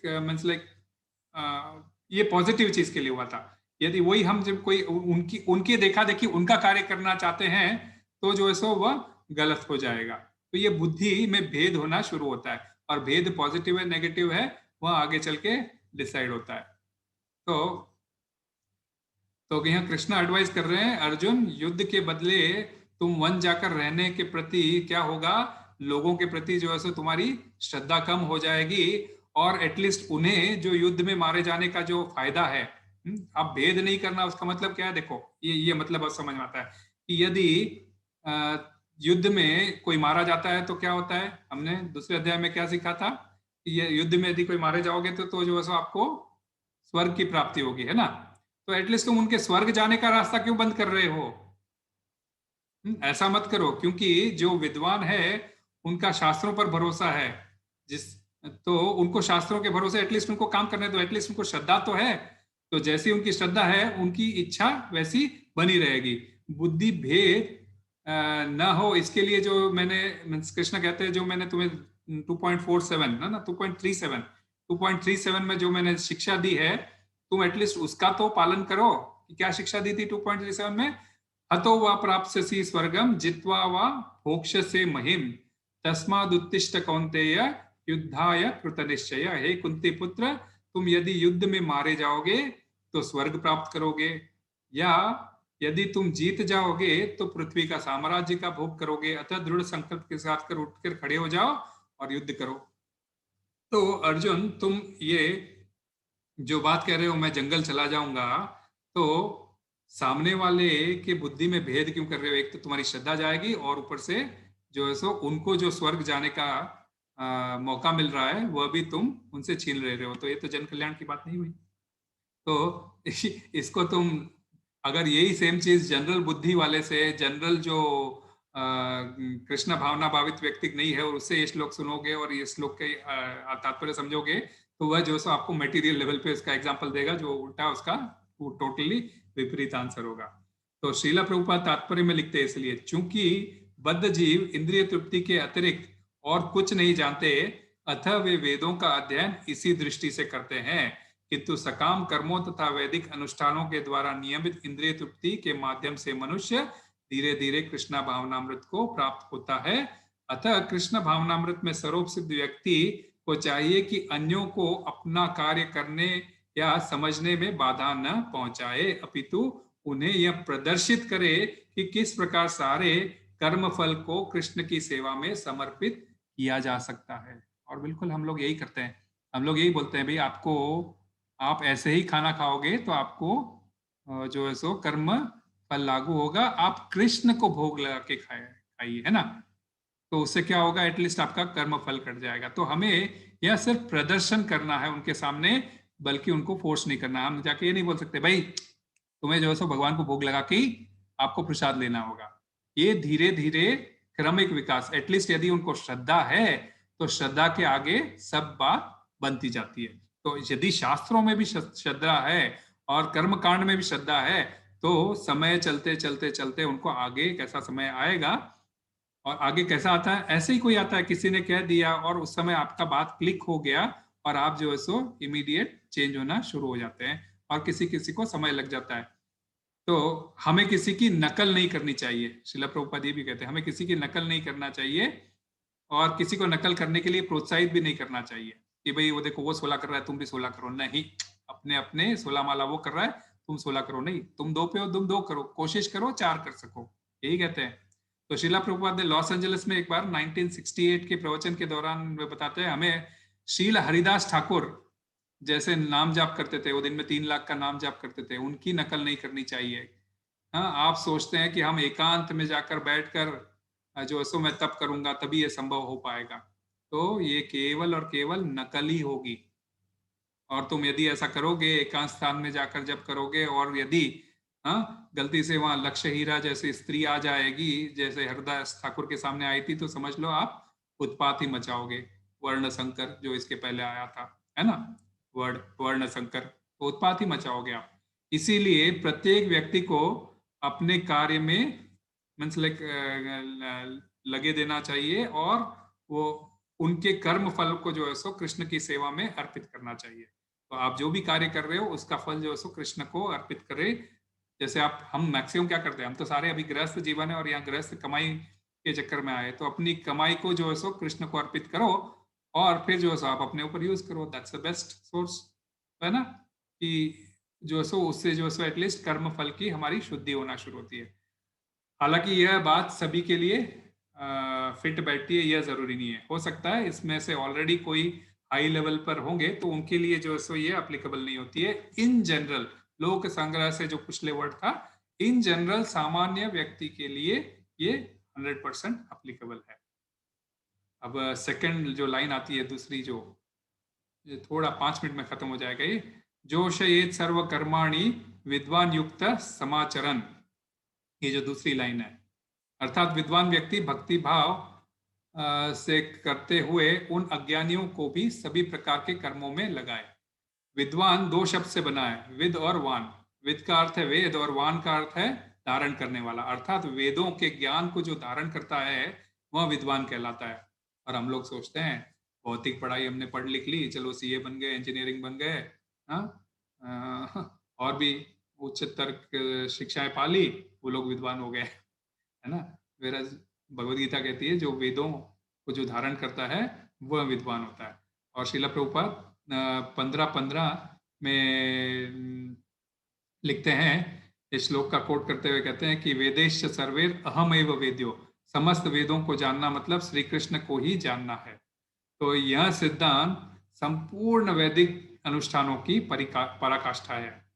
सारे अनुष्ठान, सारे यज्ञ, कृत्य और वेदों में भौतिक कार्यों के लिए जो भी निर्देश है, उन सभी बातों से जो है सो सारी वस्तुएं कृष्ण को जानने के निमित्त ही है, जो हमारे जीवन का एक चरम लक्ष्य होता है। उसके अंदर वर्ड है युक्त, एक और वर्ड आता है ना जो उसी लाइन में युक्त वर्ड आता है। युक्त का मतलब ही क्या हुआ, बंधा हुआ, या हम जिसे कहते हैं इंग्लिश में कनेक्टेड। तो विद्वान शब्द के बाद ये लिखा गया है, अर्थात विद्वान लोग, जैसे पिछले लाइन में था ना में विद्वान के बाद में जो वर्ड आया था मीन्स असक्त रहते हैं, है ना, वैसे यहाँ पे भी वर्ड आया है विद्वान के बाद में युक्त। तो विद्वान व्यक्ति जो कृष्ण भावनामृत में सदा भगवान से युक्त रहता है, उसको ये एप्लीकेबल। युक्त का मतलब इसीलिए वो वर्ड से कनेक्ट युक्त इसलिए किया था ताकि वह कृष्ण भावना भावित सदैव जो है भगवान से कनेक्टेड होता है। युक्त का मतलब ये होता है भगवान से कनेक्ट होना। 5वें अध्याय के 12वें श्लोक में भगवान युक्त का डेफिनेशन देते हैं, युक्त कर्म फलम त्यक्त्वा शांतिम आपनोति नैष्ठिकीम अयुक्त कामकारेण फले सक्तो निबध्यते। निश्चल भक्त शुद्ध शांति प्राप्त करता है क्योंकि वह समस्त कर्म फल मुझे अर्पित कर देता है। ओके, तो ये उसका डेफिनेशन है, मुझे अर्पित कर देता है। किंतु जो व्यक्ति भगवान से युक्त नहीं है और जो अपने श्रम का फल कामी है, वह बंध जाता है। यदि हमने जो भी कर्म किया और श्रम किया, उसका फल भगवान को अर्पित नहीं किया, तो हम कर्म बंधन में फंस जाते हैं, यह निश्चित है। इवन 5वें अध्याय के 12वें श्लोक में भी आएगा। इससे पहले इवन 5वें अध्याय के 7वें श्लोक में भी भगवान कहते हैं, योग युक्तो विशुद्धात्मा विजितात्मा जितेंद्रिय सर्वभूत भूतात्मा कुर्वन्नपि न लिप्यते। जो भक्ति भाव से कर्म करता है, जो विशुद्ध आत्मा है और जो अपने मन तथा इंद्रियों को वश में रखता है, वह सबों का प्रिय होता है और सभी लोग उसके प्रिय होते हैं। ऐसा व्यक्ति कर्म करता हुआ भी कभी कर्म में नहीं बंधता, है ना। ये आगे बहुत डिटेल में हम समझेंगे, अभी जस्ट एज अ रेफरेंस आ रहा है तो मैं आपको कोट कर रहा हूँ। और वैसे ही 6वें अध्याय के 17वें श्लोक में कहते हैं, युक्ताहार विहारस्य युक्त चेष्टस्य कर्मसु युक्त स्वप्राप्रबोधस्य योगो भवति दुःखः। जो खाने, सोने, आमोद, प्रमोद तथा काम करने की आदतों में नियमित रहता है, वह योगाभ्यास द्वारा समस्त भौतिक क्लेशों को नष्ट कर सकता है ना। तो ये मीन्स लाइक युक्त मीन्स लिमिट, मीन्स जो लिमिट में है। इसलिए जो डाइटिंग के लिए बेस्ट लोग क्या बोलते हैं, आप बोलते हैं ना डाइटिंग क्यों करना चाहिए, डाइटिंग इवन भगवद गीता में भी कही गई है, युक्त आहार, युक्त विहार, युक्त चेष्टा, सारे जो अप्रोप्रिएट होना चाहिए और कनेक्ट होना चाहिए भगवान से। तो जोश, ये एक और शब्द आया है, उसका अर्थ है लगाना चाहिए। अर्थात भगवान का ये कहना चाह रहे हैं कि कृष्ण भावनामृत व्यक्ति कृष्ण से युक्त होकर स्वयं कर्म करे तथा अज्ञानियों को उसी प्रकार कर्मों में लगाए। वे अपने चरित्र से, अपनी वाणी से उन्हें प्रोत्साहित करे और वे अपने कर्म और फलों को कृष्ण की सेवा में लगाए। यह व्यवहारिक बात है। तो हम जैसे गुरुदेव भी जो है सो अपने शिष्यों को ऐसे ही कार्यों में लगाते हैं। मंगल आरती की वो एक लाइन याद है सभी लोग, कुछ लोगों को तो याद होगी, श्री विग्रहाराधन नित्य नाना श्रृंगार तन्मंदिर मार्जनादो युक्तस्य भक्तांश नियुंजतोपि वंदे गुरु श्री चरणारविंदम। इसका अर्थ है, गुरुदेव आप स्वयं अर्च विग्रह की सेवा नाना प्रकार से करते हैं तथा मंदिर की सफाई आदि कार्यों में युक्त होते हैं, यानी कि लगे रहते हैं, तथा भक्तों को भी ऐसे ही कार्यों से नियोजित करते हैं। तो ऐसे गुरुदेव को मैं वंदना करता हूँ। वैसे कल मंदिर की सफाई का दिवस है, गुंडीचा मार्जन। कल का दिन बहुत इंपॉर्टेंट है, गुंडीचा मार्जन जिसे हम कहते हैं। तो जगन्नाथ यात्रा शुरू होने से एक दिन पूर्व जो है सो मंदिर की सफाई होनी चाहिए। और आप सभी लोग अपने अपने घरों में मंदिर की सफाई जरूर करें। और बलराम देश में तो इस बार सबको कहा गया है कि सबको ये सफाई करे और उस सफाई करते हुए की फोटो देख के कोलाज बनाएंगे, है ना। तो भगवान जगन्नाथ आपके घर आने वाले हैं, तो मीन्स इसमें क्या है, भगवान जगन्नाथ जो है सो अपने मंदिर से निकलते हैं और साथ में उनके बलभद्र और छोटी बहन सुभद्रा मई ये भी निकलती है ना, और वे यात्रा करते हैं, जगन्नाथ यात्रा करके अपने मौसी के घर यानी कि गुंडीचा मंदिर तक पहुंचते हैं, जो कि कुछ दूरी पर ही है।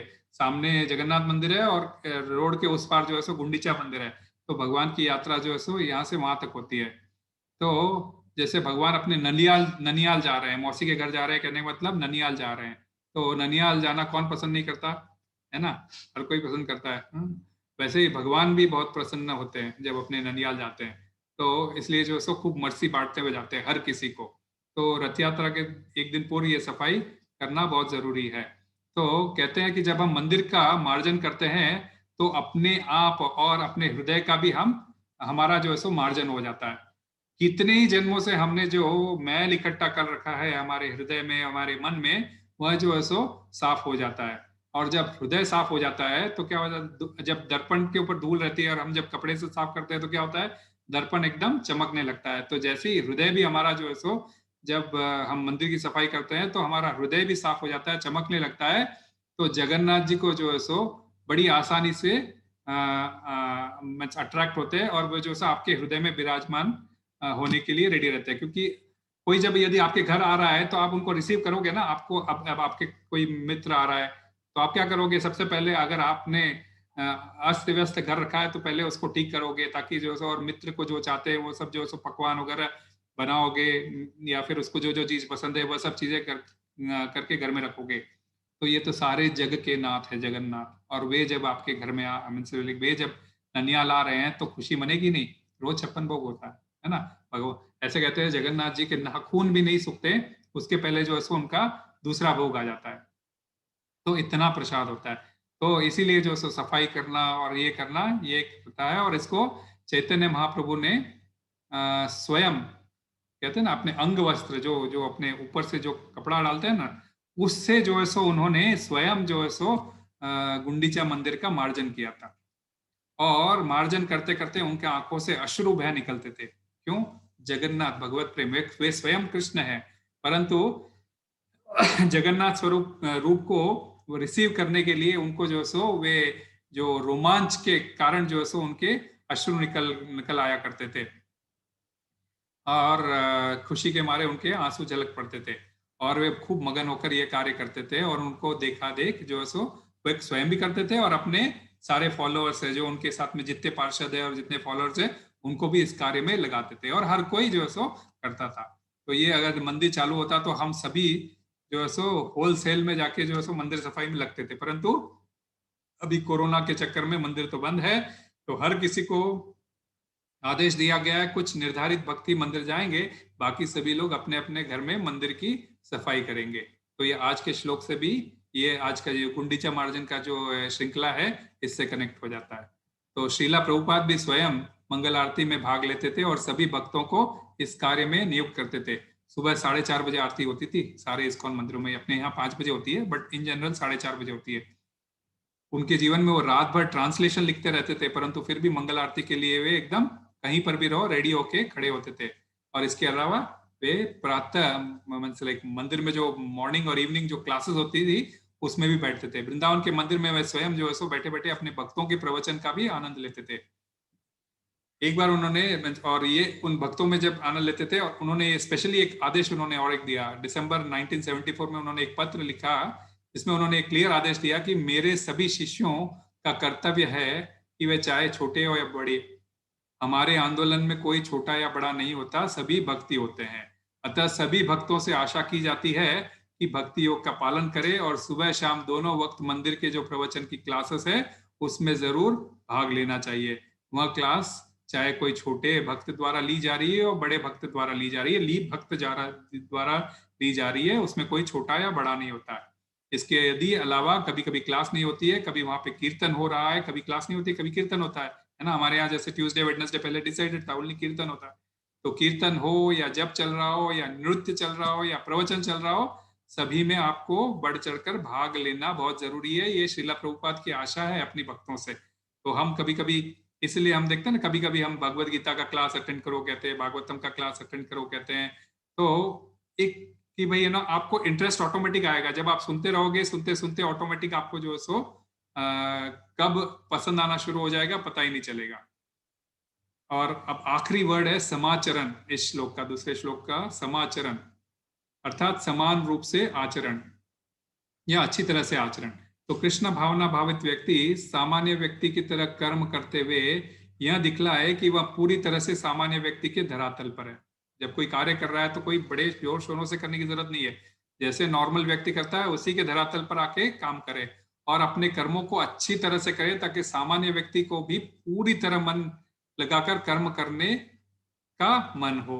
स्वयं आचरण भी वैसा करे और फिर अन्यों को ऐसा आचरण में लगाए। कपिल देव जो स्वयं भगवान है, उन्होंने भी जो है सो अपने माता को जो है सो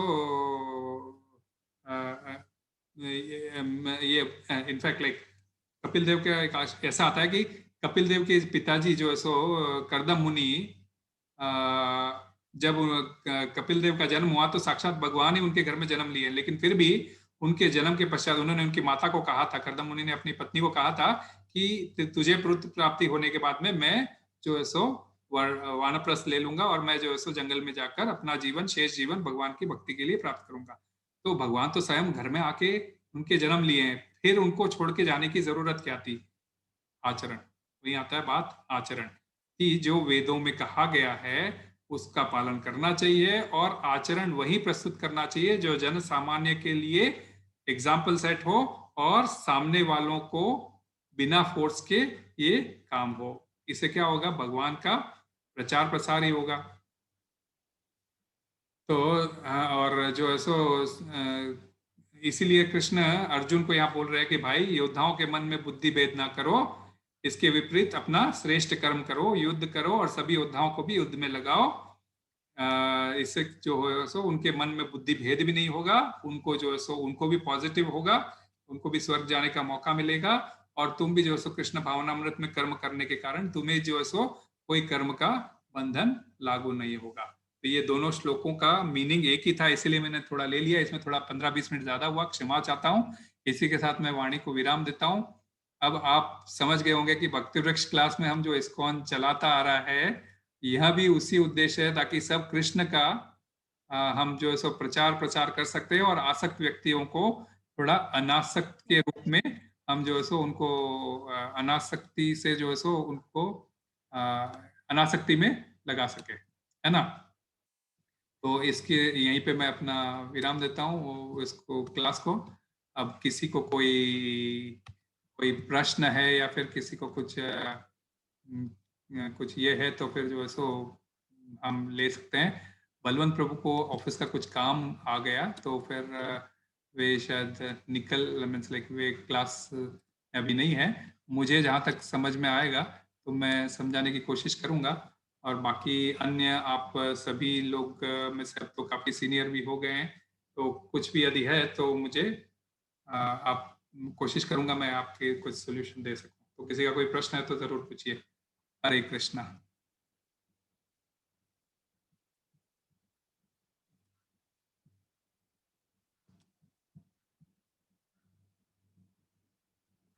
हरि बोल।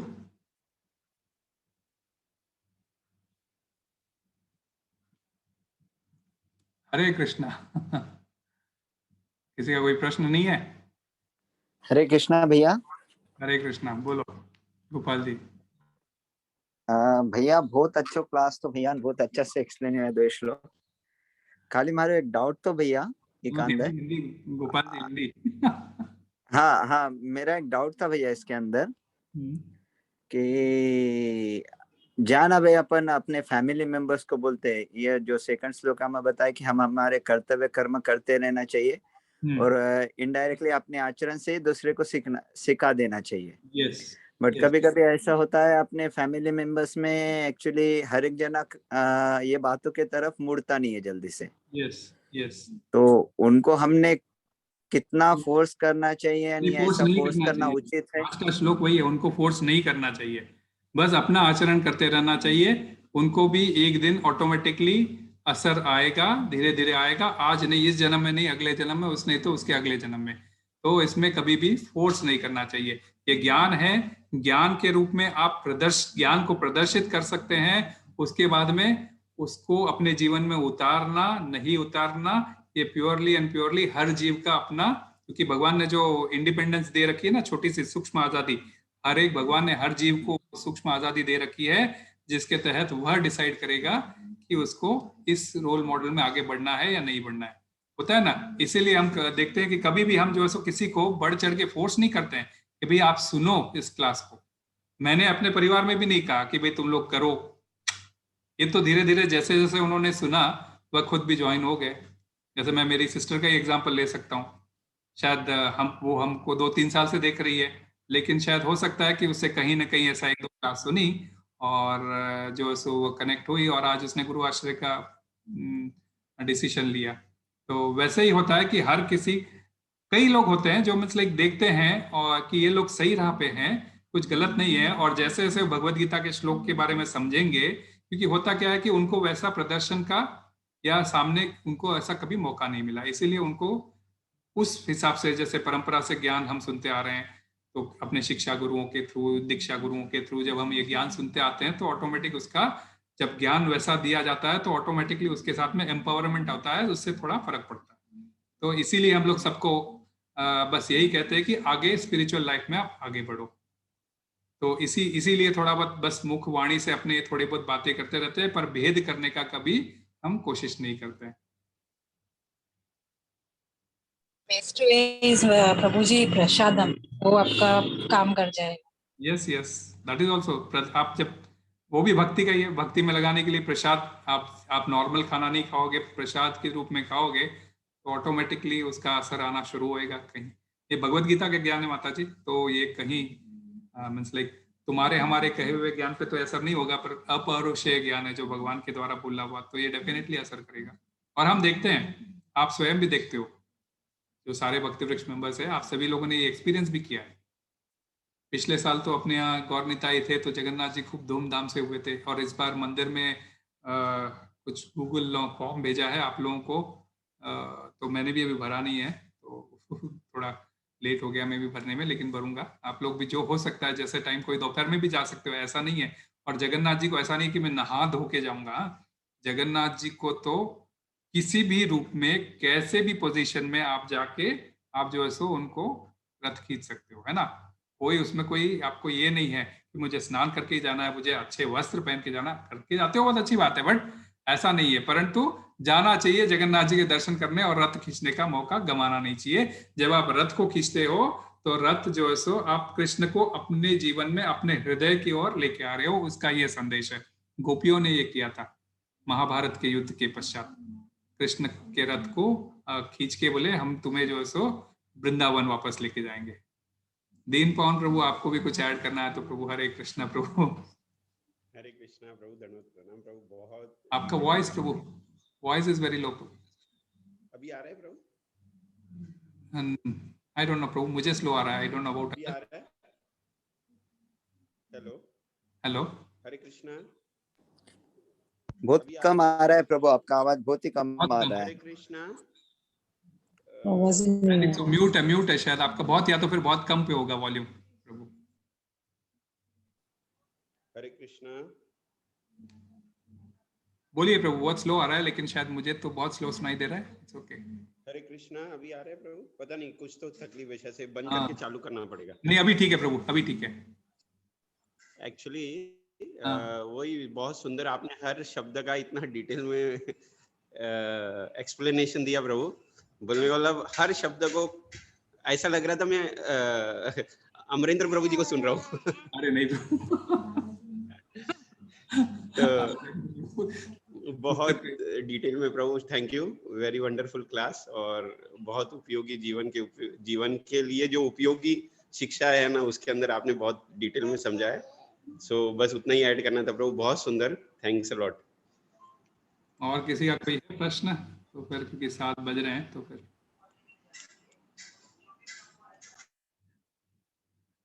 आपका भी कोई प्रश्न? हरे कृष्ण प्रभु जी, क्लास बहुत अच्छी थी। एक्चुअली एक्सप्लेनेशन इतना अच्छा था हमारे जैसे बद्ध जीवों के लिए, जो न्योफाइट है, स्पेशली समझना विकर्म ये सब हमारे परे जाता है, बट आपने एक्सप्लेनेशन बहुत अच्छा किया। हरे कृष्ण, थैंक यू। रीना माता जी, आपका कोई प्रश्न? क्योंकि आपके प्रश्न के बिना शायद क्लास खत्म नहीं होती है कभी कभी। तो हरे कृष्णा प्रभु जी, नहीं प्रभु जी, बहुत अच्छे से एक्सप्लेनेशन था, पर प्रभु जी बस यही एक था कि कितना भी कोशिश करें, हम जैसे लोग तो कृष्ण भावनामृत होते होते कहीं ना कहीं बीच बीच में रुकावटें आ ही जाती है प्रभु जी, कभी कभी तो इधर उधर जाते ही है।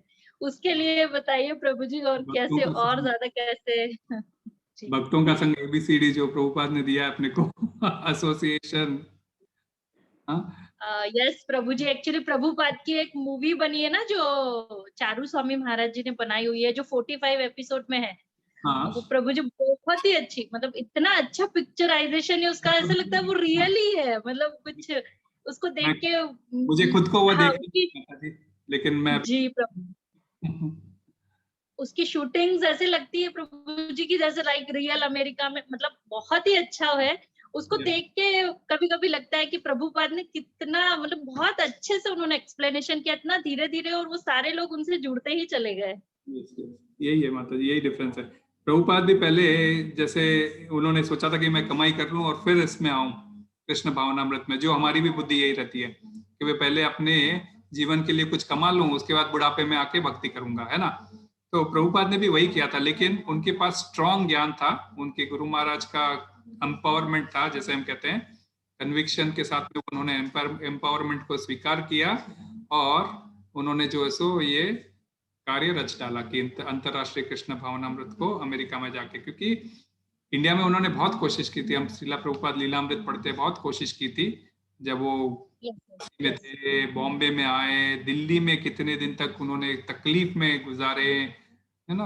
और उसके बाद में फिर फाइनली जब उन्होंने निश्चय किया कि मैं, गुरु महाराज ने उनको ऐसा कहा कि तुम फॉरेन में जाओ ऐसा, और उनका जब वापस वाक्य सामने आया तो उन्होंने जो है सो उसको सीरियस लिया और कितना तकलीफ पाते भी वो वहां गए। तो जब मैं वो बोट का सीन तो मैं भी देखता हूँ तो मुझे भी बहुत रोना आ जाता है कि जब 2 हार्ट अटैक होते हुए भी वो अमेरिका पहुंचे और उसके बाद उनको कोई रिसीव करने वाला कोई था थोड़ी था कि भाई यस हमारी जो है यस प्रभु जी, वो जो माता जी थी ना, सुमिता मोरारजी, जो भी माता जी थे, उनके ही कोई जी हाँ जी, उनके कोई रिलेटिव या उनका बेटा था, आई डोंट नो, मतलब वो दिखाया नहीं, लेकिन वो एक फैमिली थी जिन्होंने मतलब उनको रिसीव किया और उन्होंने गैरेज में उनको रोका थोड़े दिन के लिए और वहां पे अपने घर रखा। अपने गैरेज में उन्होंने। बहुत ही अच्छा है अग्रवाल प्रभु जी, वो फैमिली थी। हाँ, Agarwal family. Yes, Agarwal family थी। तो है, देखो कभी कभी देखो, लेकिन फिर भी प्रभुपाद ने उनको कभी भी अपने गुड बुक्स में रखा, कभी भी, और उनके लिए काफी अच्छी प्रार्थनाएं भी की, उनको जो है सो काफी उनके बारे में काफी अच्छा बोला। तो प्रभुपाद की हाँ।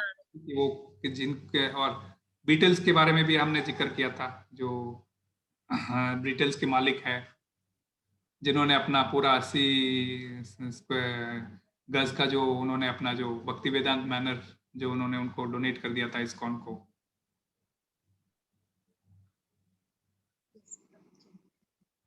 तो यही है कि इसीलिए उन्होंने एक एक शिक्षा, जो ये कर्मयोग बहुत इंपॉर्टेंट ये चैप्टर है, कर्मयोग, चाहे ये चौथा, पांचवा, छठवा, हमें लगता है ये बेसिक्स है, लेकिन ये कर्मयोग जो पूरा कांड जो है सो 1 to 6 तक ये जो सो कर्मयोग भाग है, तो इसमें कर्म के एक एक अंग को आप समझ लेते हो तो फिर भक्ति शुरू होती है, और भगवान के बारे में, उनके योग, उनके विभूति रूप, उनके ये सारे जो है सो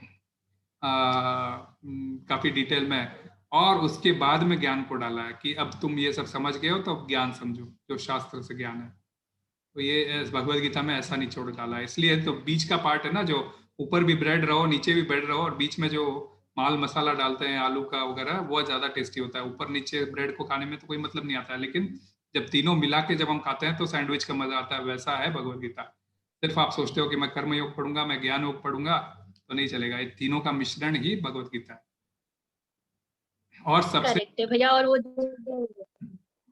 जी, ये जो आप लोग जैसे हमको सारे जो शिक्षा गुरु हैं, वो इतनी अच्छी जो क्लास देते हैं ना, उसमें हमको वो सच में बिल्कुल ऐसे, अगर हम अकेले पढ़ते हैं ना तो उस लेवल से वो समझ नहीं आता, मतलब अपने लेवल पे वो सिर्फ एक पढ़ने के बाद अगले श्लोक, अगला श्लोक, बस ऐसा ही लगता है। लेकिन आप एक्सप्लेन बहुत अच्छे से करते हैं, आप लोग तभी। उसका सुन के ही माता जी, बस हम तो इसमें कुछ भी हमारा तो ऐड किया ही नहीं, जो है हमने सुना परंपरा, जैसे परंपरा में कहते हैं तो भाई गुरु महाराज या फिर गुरु भाइयों से या फिर अपने जो है सो भक्तों से, इस्कॉन के भक्तों से जो सुना वही रिपीट किया, जो ठीक लगा उनको अपने इसमें नोटिंग कर लिया और आप लोगों को सुना दिया। तो आज जैसे गुंडीचा मार्जन का भी मैंने इसलिए संक्षिप्त में इसी क्लास में जोड़ दिया, अन्यथा क्या होता है एक स्पेशल क्लास लेना होता हमें तो समझाना होता, तो मैंने इसलिए, क्योंकि मतलब वही था, उतना ही है। बाकी कल का मंदिर का क्लास शायद मेरा ही है।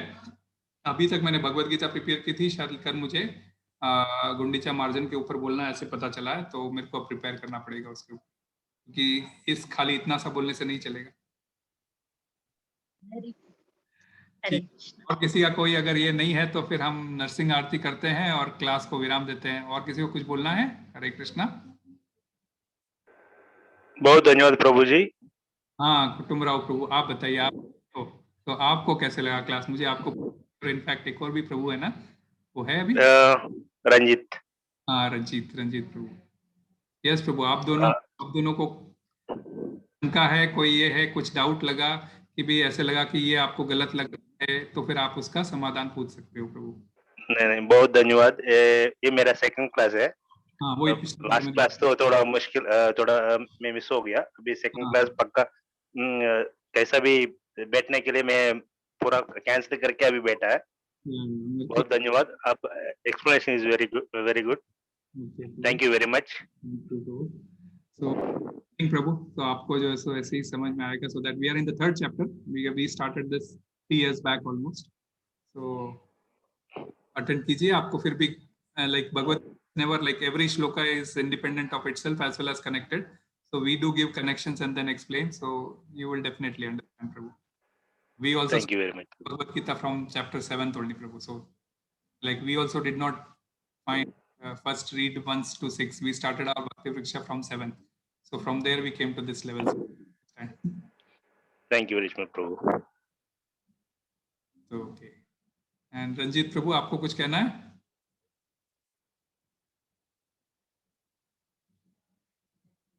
रंजित प्रभु is left, I think so is there. हाँ, नीरज विवान प्रभु कौन है प्रभु?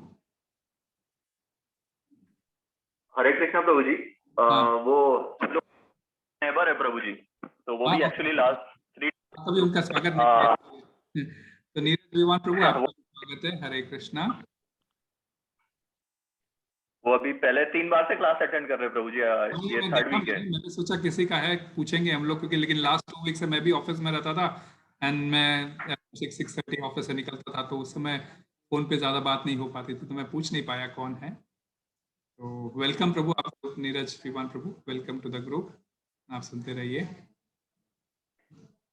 तो फिर हम जो सो क्लास को यहाँ विराम देते हैं। कल गुंडीचा मार्जन है, आप लोग जैसे अभी मैंने कहा था मंदिर की सफाई कीजिए, कुछ नहीं है, भगवान को निकालना है, कपड़े से पहुंचना है, प्रेम से वापस लगाना है, फल फूल अर्पित करना है। तो परसों जगन्नाथ यात्रा शुरू होगी, सभी लोग अपने अपने घर में भोग लगाइए जगन्नाथ जी को। जगन्नाथ जी को नहीं लगा, कृष्ण को लगाइए, वो भी कृष्ण है भी जगन्नाथ जी है, दोनों में कोई अंतर नहीं है। और आराम से प्रसाद का आनंद लीजिए फिर। और मंदिर की क्लासेस 10 डेज तक कंटिन्यूस क्लासेस होगी, कि 10 दिन तक जगन्नाथ जी अपने मायके में रहते हैं, तो मंदिर में भी अलग रूम में रहेंगे। डेली ड्रामा या क्लास या कुछ चलेगा, तो आप लोग डेफिनेटली अटेंड कीजिए, क्योंकि ये जगन्नाथ उत्सव है। और उसके बाद में फिर बलराम जयंती, जन्माष्टमी और राधा अष्टमी, ये सारे फेस्टिवल्स आने वाले हैं, तब तो फेस्टिवल्स का टाइम है। तो सभी लोगों से बस, और अभी ईद की छुट्टियां भी आने वाली है, उसमें भी कुछ ना कुछ इंपॉर्टेंट क्लासेस होगी। तो सभी से रिक्वेस्ट है कि कनेक्टेड रहिए एंड भक्तों का संग रखिए, हरे कृष्ण का जपते कीजिए। श्रील प्रभुपाद की जय, गुरुदेव महाराज की जय। तो कोई नरसिंह आरती गाएगा?